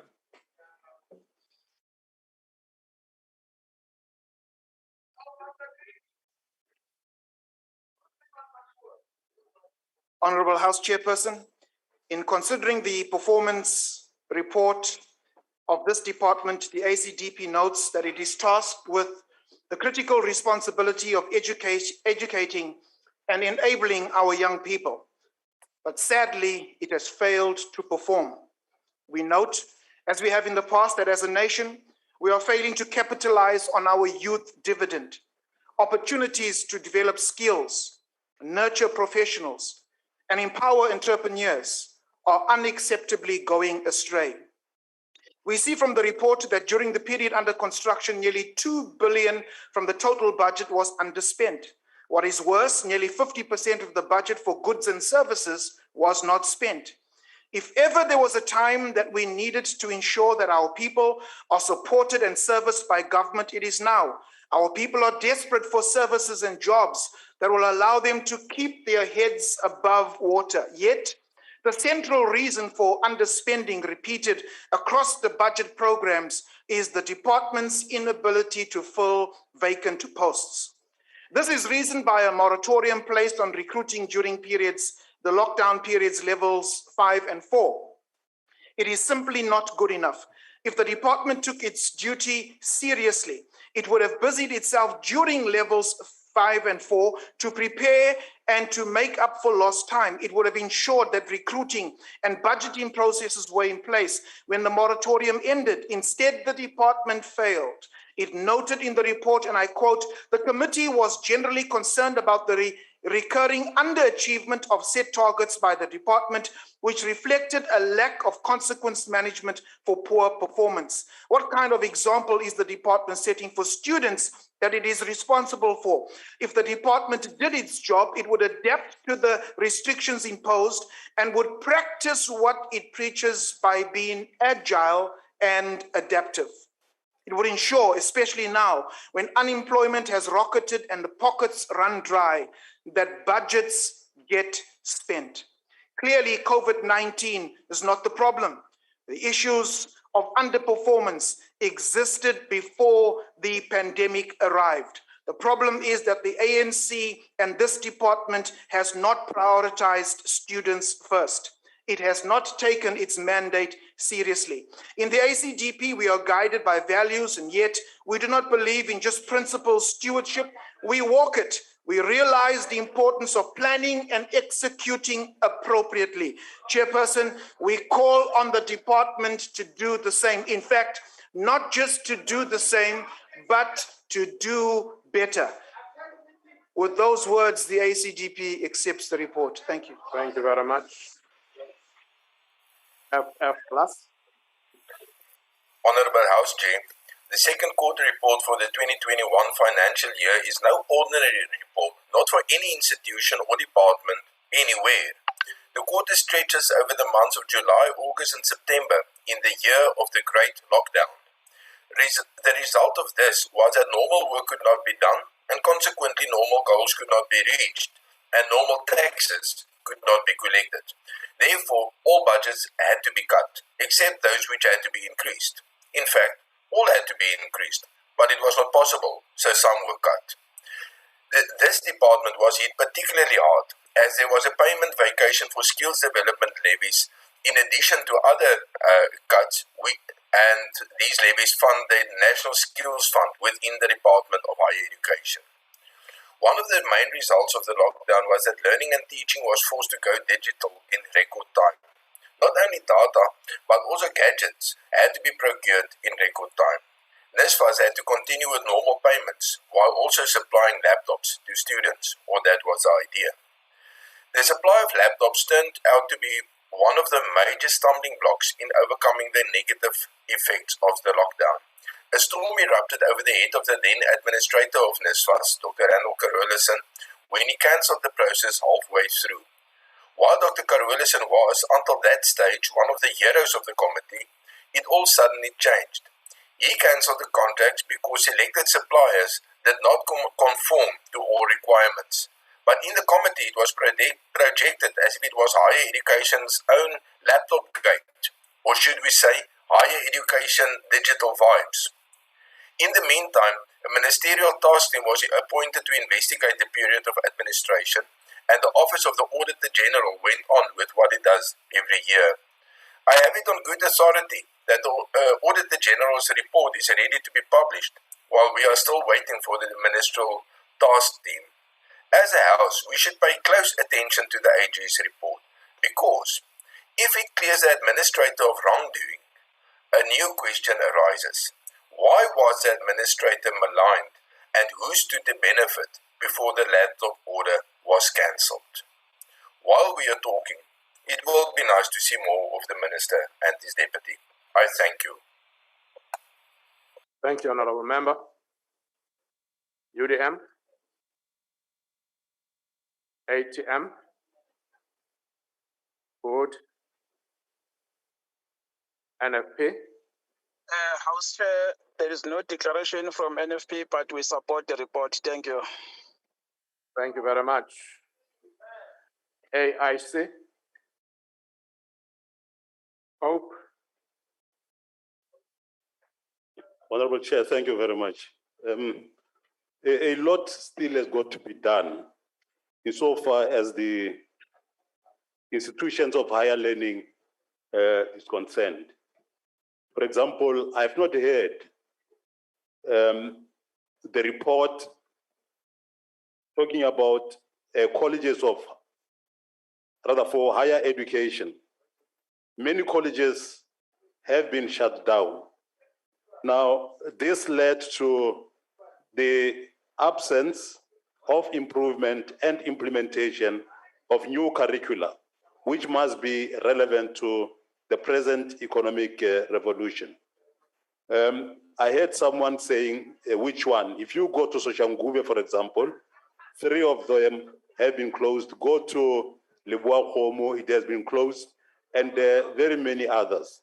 So something has got to be done to ensure that those who are there or those who must be admitted there are able to help us to develop the people of our country. FET colleges as well. There are no incentives and finances offered for FET students. The other area is free technical and university education. What COPE believes must be done is that technical universities and academic universities should be made to offer studies in a long distance manner. This will obviously require material, for example, the e-learning material, or even at the institution itself, you'll have a situation where the educators there will be able to recognize that the students cannot be there, but can be able to study from afar. We spoke earlier about the problems of NSFAS and a whole lot of other problems that face the education sector. And I want to say that given that the whole problem that we are today facing, a lot has got to be done. And one will therefore say to the committee, please go and sit down and look into all these particular areas, not only universities, but the colleges and a whole lot of other institutions, so that we can be able to move forward. Thank you. Thank you, Honorable Matisha. PAC, Al-Jamaa, ANC.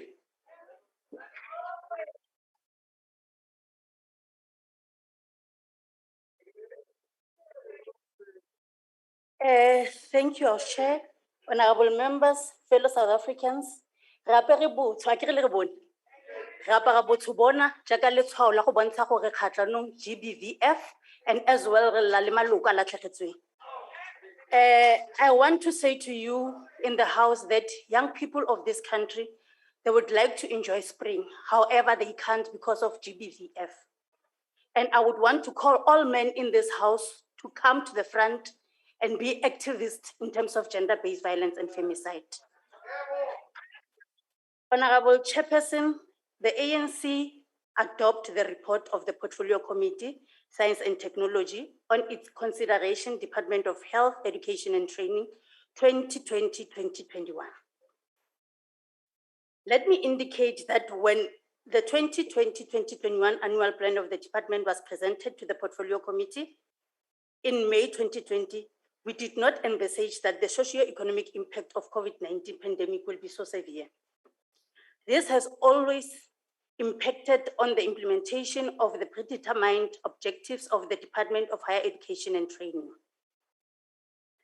Already towards the end of the 2020-21 first quarter, on 24 June 2020, the Minister of Finance has indicated that indeed we really have some challenges in terms of special adjustment budget. The department had presented its second quarter report to the portfolio committee, and indeed it reflected the challenges that we have as a department. Despite the challenges presented by the COVID-19, the department achieved 50% of the targets that were planned for this quarter.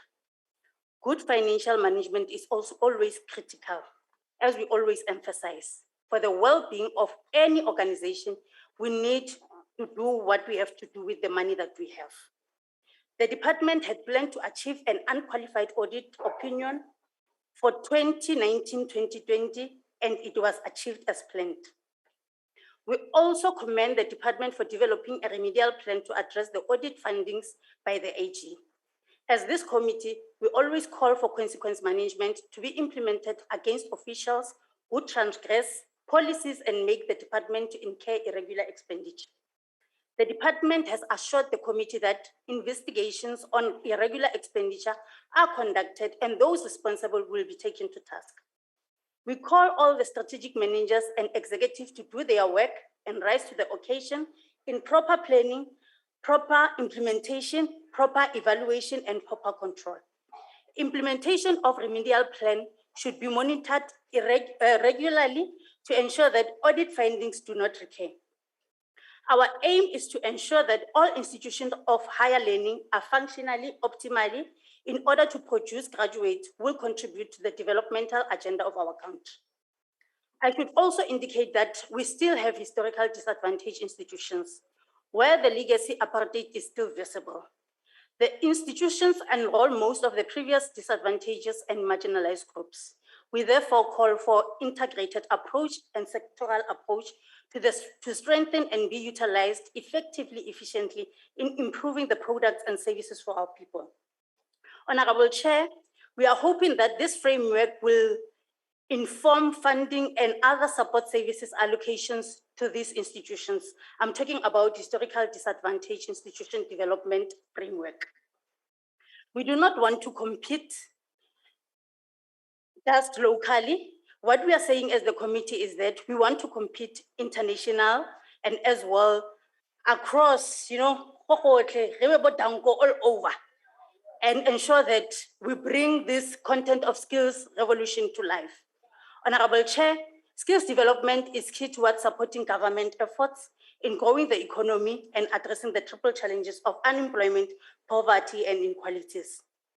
We note with the concern that non-achievement of the targets in the skills development program, especially that targets on trade test passes due to lockdown. The department in Lela was not conducting trade tests for those who have booked. The department committed to address the backlog on trade testing. Notwithstanding the budget constraints for the SETAs due to skills levies and economic challenges and lockdown, we believe that the department and its entities will do more with what they have. Proper planning prevents poor performance. We urge that there should be constant engagement with all stakeholders in finding the best solutions for this particular department. The department must move in speed in filling their critical vacancies. Honorable Chair, as I can see that I still have time, I want to address Honorable King. Honorable King, I would want to lobby you to say that you must stop weighing issues. To us, all these issues of young people are important. We don't have number one, we don't have number two. We take them serious, all of them, and we will address them. To Honorable from the ECDP, I think we would need your religious wisdom in our portfolio committee. So you must attend, and we acknowledge the fact that you have supported us. Honorable Madisha, we don't table reports here, we consider reports. So if you want to engage us on these issues, you must attend the PC. And to all our members of the portfolio committee, I want to thank you for displaying that tell no lies and claim no easy victory. You have actually uploaded the report on the basis that you know that there's a work that it's been done and there's more to be done, and working together we will do more. I thank you. Thank you, Honorable Member. I now recognize the Honorable the Chief Whip of the Majority Party. Thank you, Honorable House Chair. I move for the report to be adopted. Thank you. Thank you. The motion is that the report be adopted. Are there any objections? No objections. Report agreed to. The Secretary will read the last order of the day.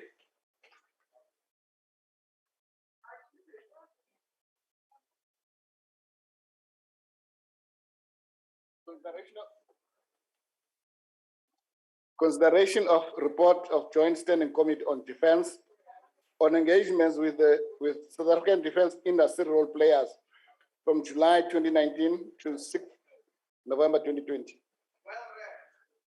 I now call upon the Honorable B.C. Klaba to introduce the report.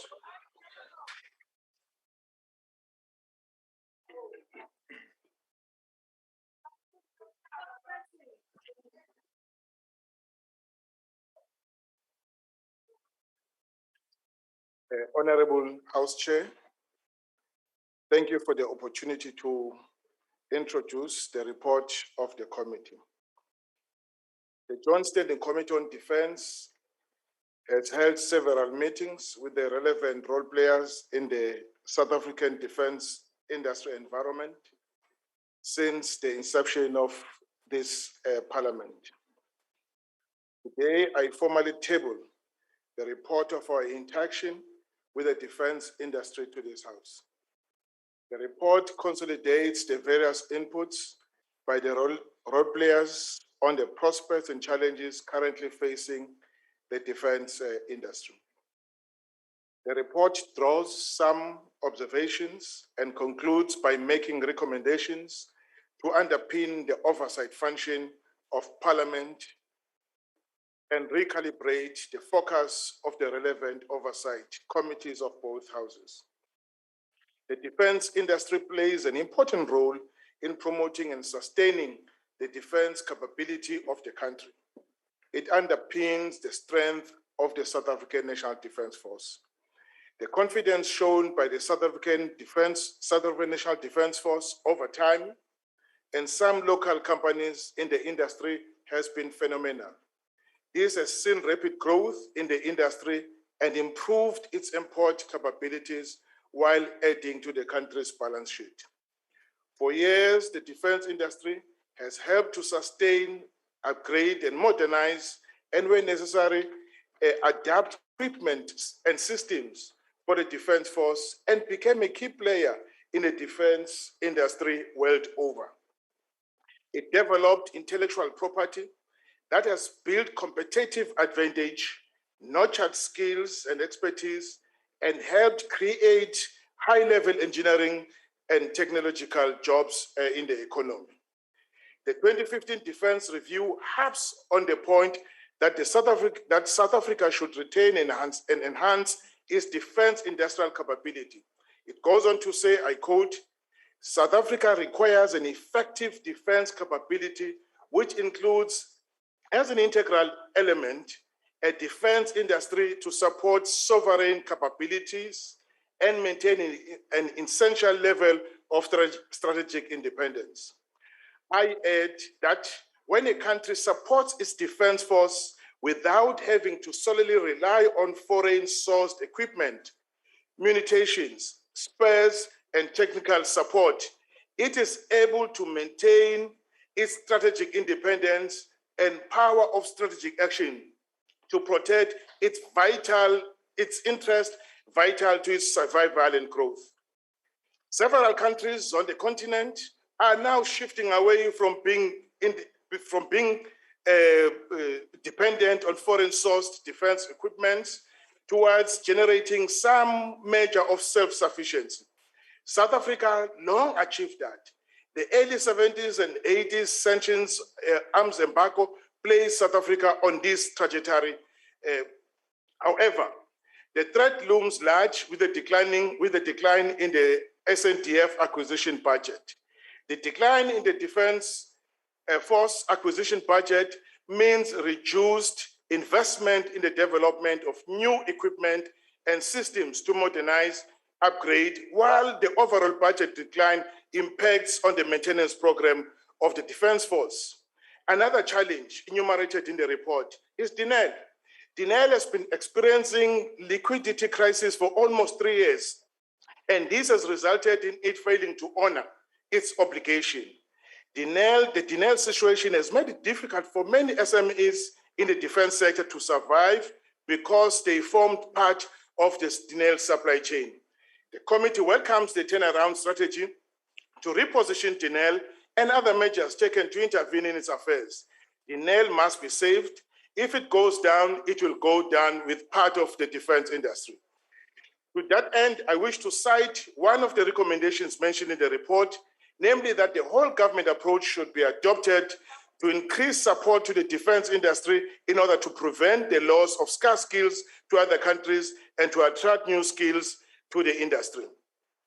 We are pleased to report that the concern around the end user certificate has been addressed. It is my honor to formally table the report on behalf of the committee. Honorable Chair, the report is so tabled. Thank you so much. Thank you very much, Honorable Chair. I will now recognize political parties wishing to make declarations. Thank you very much, Chair. Our world-renowned cutting-edge defense industry is in a rapid decline with many challenges and little government appetite for assistance. A big challenge facing the industry is our declining defense budget and its negative procurement impact on them. The current budget means that we cannot modernize through the acquisition of equipment and systems, while essential upgrades, maintenance, repairs, and overhauls are falling behind. The phase out of the Special Defence Account, which was created for the SANDF's capital acquisition, is a major concern and a reason. There seems to be no alternative funding mechanism in sight. The 2015 Defence Review expressed itself on this dire situation and how to address the Defence Force decline. Unfortunately, the Defence Review seems to be dead and buried by government. Because the implementation of this is not happening, we will have to accept a significantly reduced level of defence ambition and capabilities. Despite the initiatives by the National Defence Industry Council, the industry is still in a rapid downward spiral. Challenges identified by them include the NCACC's IT system to process export applications appears to be outdated and not supporting the demand from their global clients.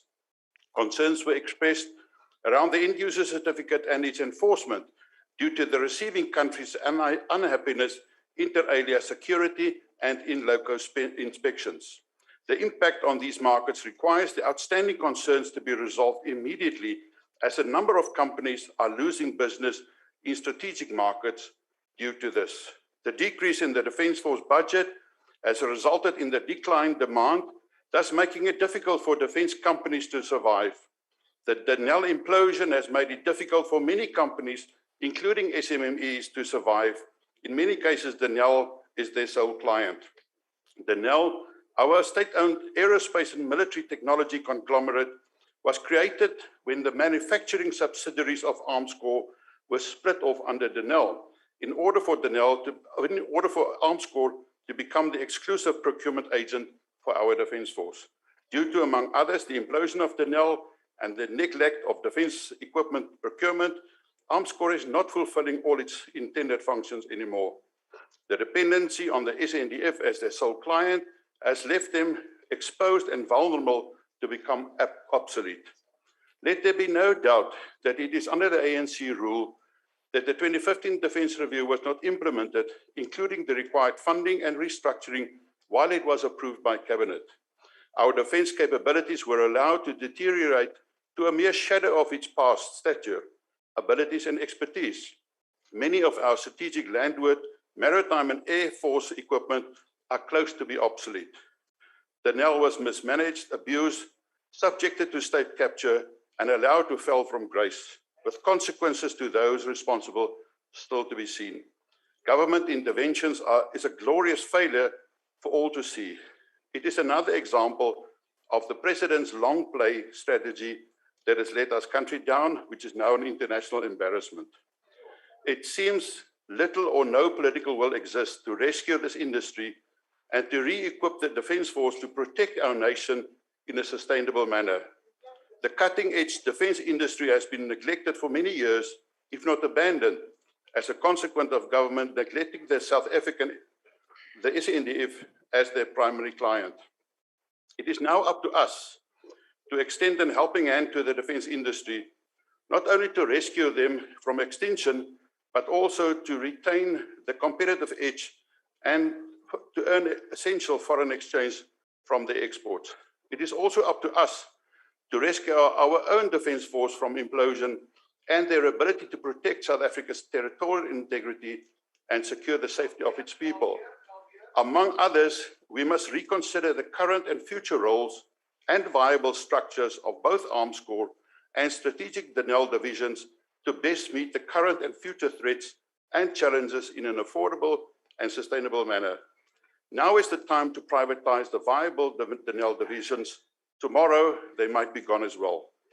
We must hold those accountable who allow the deterioration, including political leadership. Heads must roll for the dereliction of their duties. Without consequences and bold political leadership, the integrity of our nation and the safety of our people will be compromised. I thank you.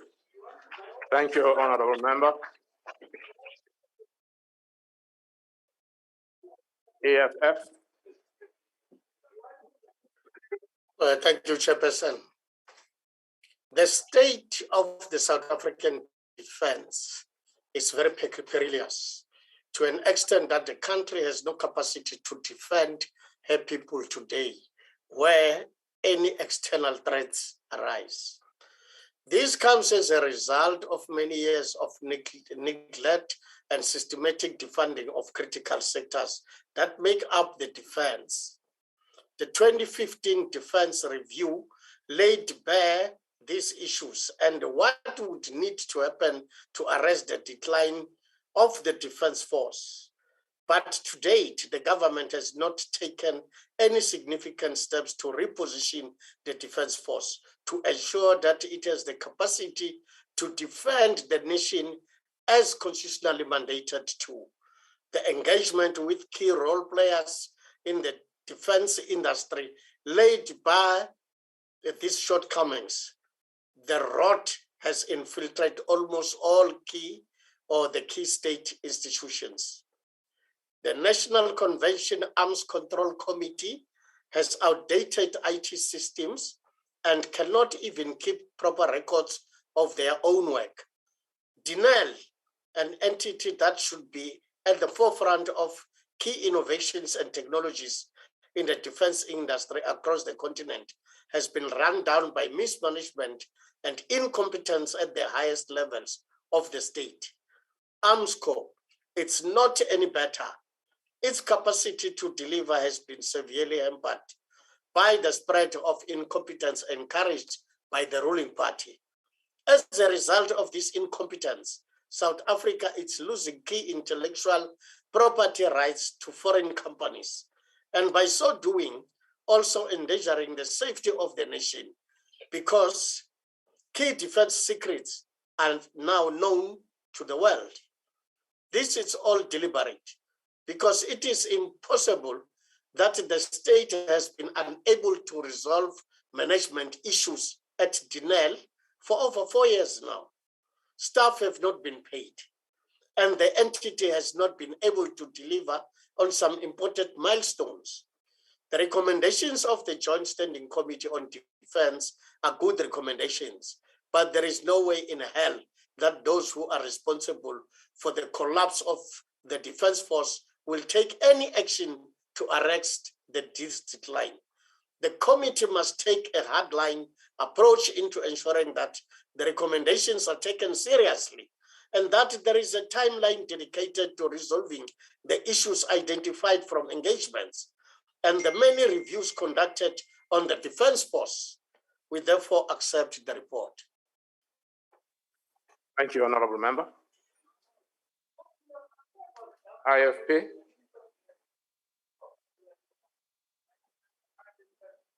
Thank you, Honorable Chairperson. The South African National Defence Force depends on several role players to execute its mandate efficiently. It is constitutionally designed to provide security for the sovereignty of South Africa, but cannot do so without assistance, direct or indirect, of several role players. As such, the engagement with industry role players in 2020 was an opportunity for the Joint Standing Committee on Defense to hear firsthand the issues affecting the role players in defense and how these can be addressed. What is concerning is that years of budget cuts for the defense industry have resulted in a South African National Defense Force that is no longer as efficient as it should be, and that is lagging behind as regards technological innovations. This is keeping the SNDF 2 steps behind its counterparts. As such, there is a need to ensure that the SNDF is properly funded. That its reserve fund for the procurement of equipment is reinstated and replenished, that its technology is upgraded, and that all challenges are addressed. A nation is as good as its national defense. It should embarrass us all that our National Defense Force has become so inefficient that it could not pay its members deployed to KZN. What does that say about its capacity to execute its mandate in a time of real threat from external elements? Chairperson, the funding of our National Defense Force is a very high but essential cost that we must not compromise on. It should not be left to the financial powers that be to reduce the budget of the SNDF.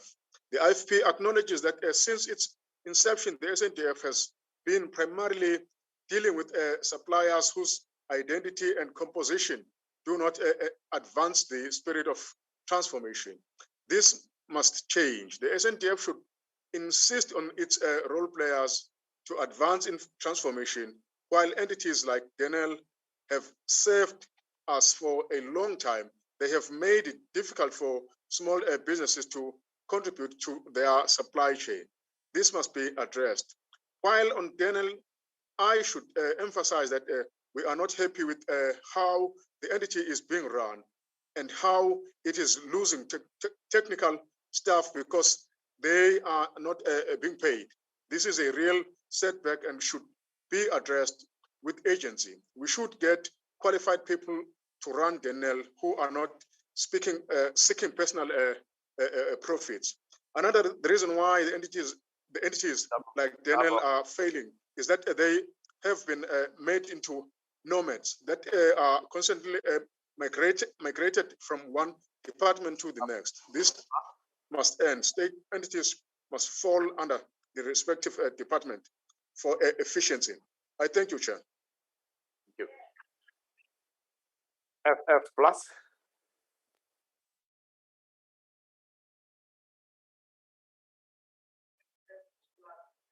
FF plus.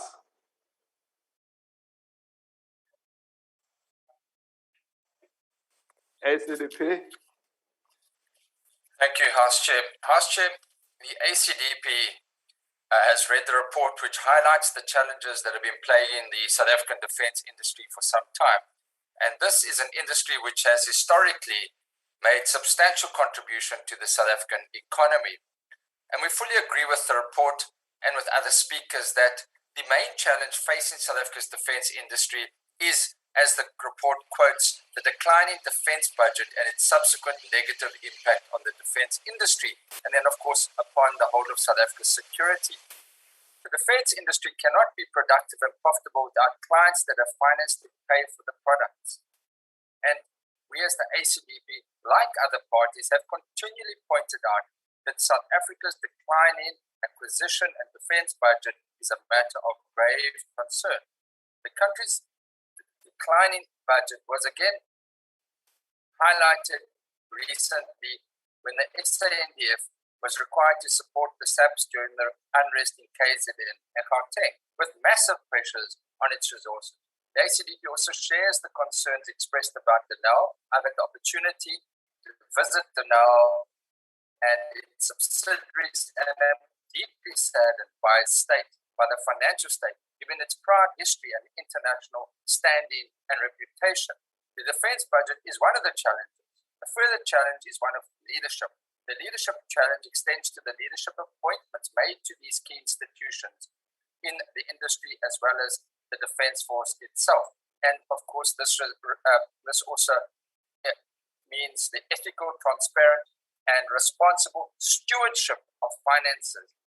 Here we see state capture, corruption taking place, and this cannot be allowed to continue. If, as the report points out, South Africa's defense industry will implode without urgent and proper support, the key question is, what are we going to do about it? We all stand at this podium and we all across political party lines saying that the defense industry, the defense force needs additional funding, but then we go on to the next item on the agenda without remembering that we as Parliament appropriate the budget. We can adjust the budget and we can do it in this case within the terms of the fiscal framework, and I would urge the Standing Committee on Defence, the Joint Standing Committee on Defence, to consider this when the medium-term budget framework is considered in the next few months. The ACDP will support this budget. I thank you. This report. Thank you, Honourable Member. UDM, ATM, Wood, NFP,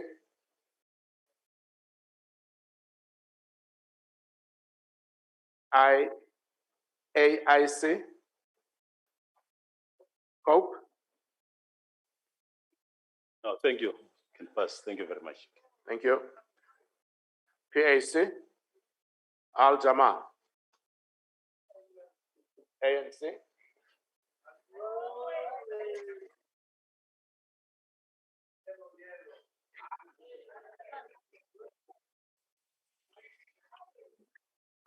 Thank you, Honorable Chairperson. Honorable Chairperson, I want to start to say to the opposition that I think we must adopt the principle of I am because you are. It's only then that we will ensure a capable defense force. Honorable Chairperson, the report is presented today for consideration by the House, provide a clear outline of the different roles that must be played by the role players in the South African defense industry. These entities have different roles to play in the economic recovery process, contributing in the process our economy from different platforms and positions. The South African defense industry has a critical and important role to play in the economic development of the country. The role of the defense industry does not merely provide security support, but provides for innovative and creative means of contributing to the economic activities and the fight against poverty and unemployment. The role players are the National Conventional Arms Control, the NEL Arms Corps, the National Defense Industry Council, and the South Africa Defense Industry, represented by Aerospace, Maritime and Defense Industry Association. Our purpose is to get the contribution of the role players and make an assessment of the possible threats and challenges. The different role players must be able to play their respective roles as clearly outlined as per their mandate. The NDIC was created to facilitate working relationship between the state and the defense industry. The funding models that were developed need to be monitored. In the process, the private sector will be contributing to the creation of strengthening the capability of the defense industry, directly contributing to the growth of the country's economy. We need a defense industry who is an important role player in the country's job creation program and technical innovation. A capable defense industry will be able to produce its own equipment and not only rely on importing, but produce and even export equipment. This is not only to supply our own forces, but to generate revenue through selling of equipment. In order to achieve this kind of defense industry that is capable to sustain itself and contribute to in the economic recovery plan, we need the different stakeholders to contribute and play their different roles, like the Department of Public Enterprise and other relevant departments. The NEL is a critical role player and instrumental service provider to the South African National Defence Force. An urgent decision needs to be taken in addressing the challenges that are faced by the NEL. The challenges faced by the NEL have negative impact on the SANDF, and one of the major challenges is having outdated technological equipment, which need to be addressed as soon as possible, as it poses a security threat to the Republic of South Africa. This matter has been repeatedly raised. The sector has the responsibility of fighting poverty and inequalities in South Africa and cannot be responsible for small business collapsing. Those that are supporting the sector, we therefore urge for immediate responses and proposals to challenges faced by the defense industry. Collectively, we need to work together to save the entities in the South African defense industry and provide a progressive response to the challenges faced by the defense industry. Achtbare voorsitter, ten spyte van kommer rondom de NEL, bly die algehele verdediging-industrie gehard en vind hulle steeds maniere om mededingend te bly deur te fokus op internasionale uitvoere. Met die probleme by NICC nou grootliks opgelos, hoop die komitee dat die industrie sal aanspoor om voort te bou op hul uitvoere en sodoende die Suid-Afrikaanse ekonomie te bevorder. Dit kan net gebeur as al die rolspelers saamwerk om die industrie te laat groei en lewensvatbaar te hou. Amskor is 'n goeie voorbeeld wat ten spyte van drastiese verlaging van toelaas steeds lewensvatbaar bly. In conclusion, Chair, we will continue with our oversight of the defense industry and specific how it relates to the SANDF because the industry forms an integral part of the defense capability. As the African National Congress, we will rally behind the plea for more resources.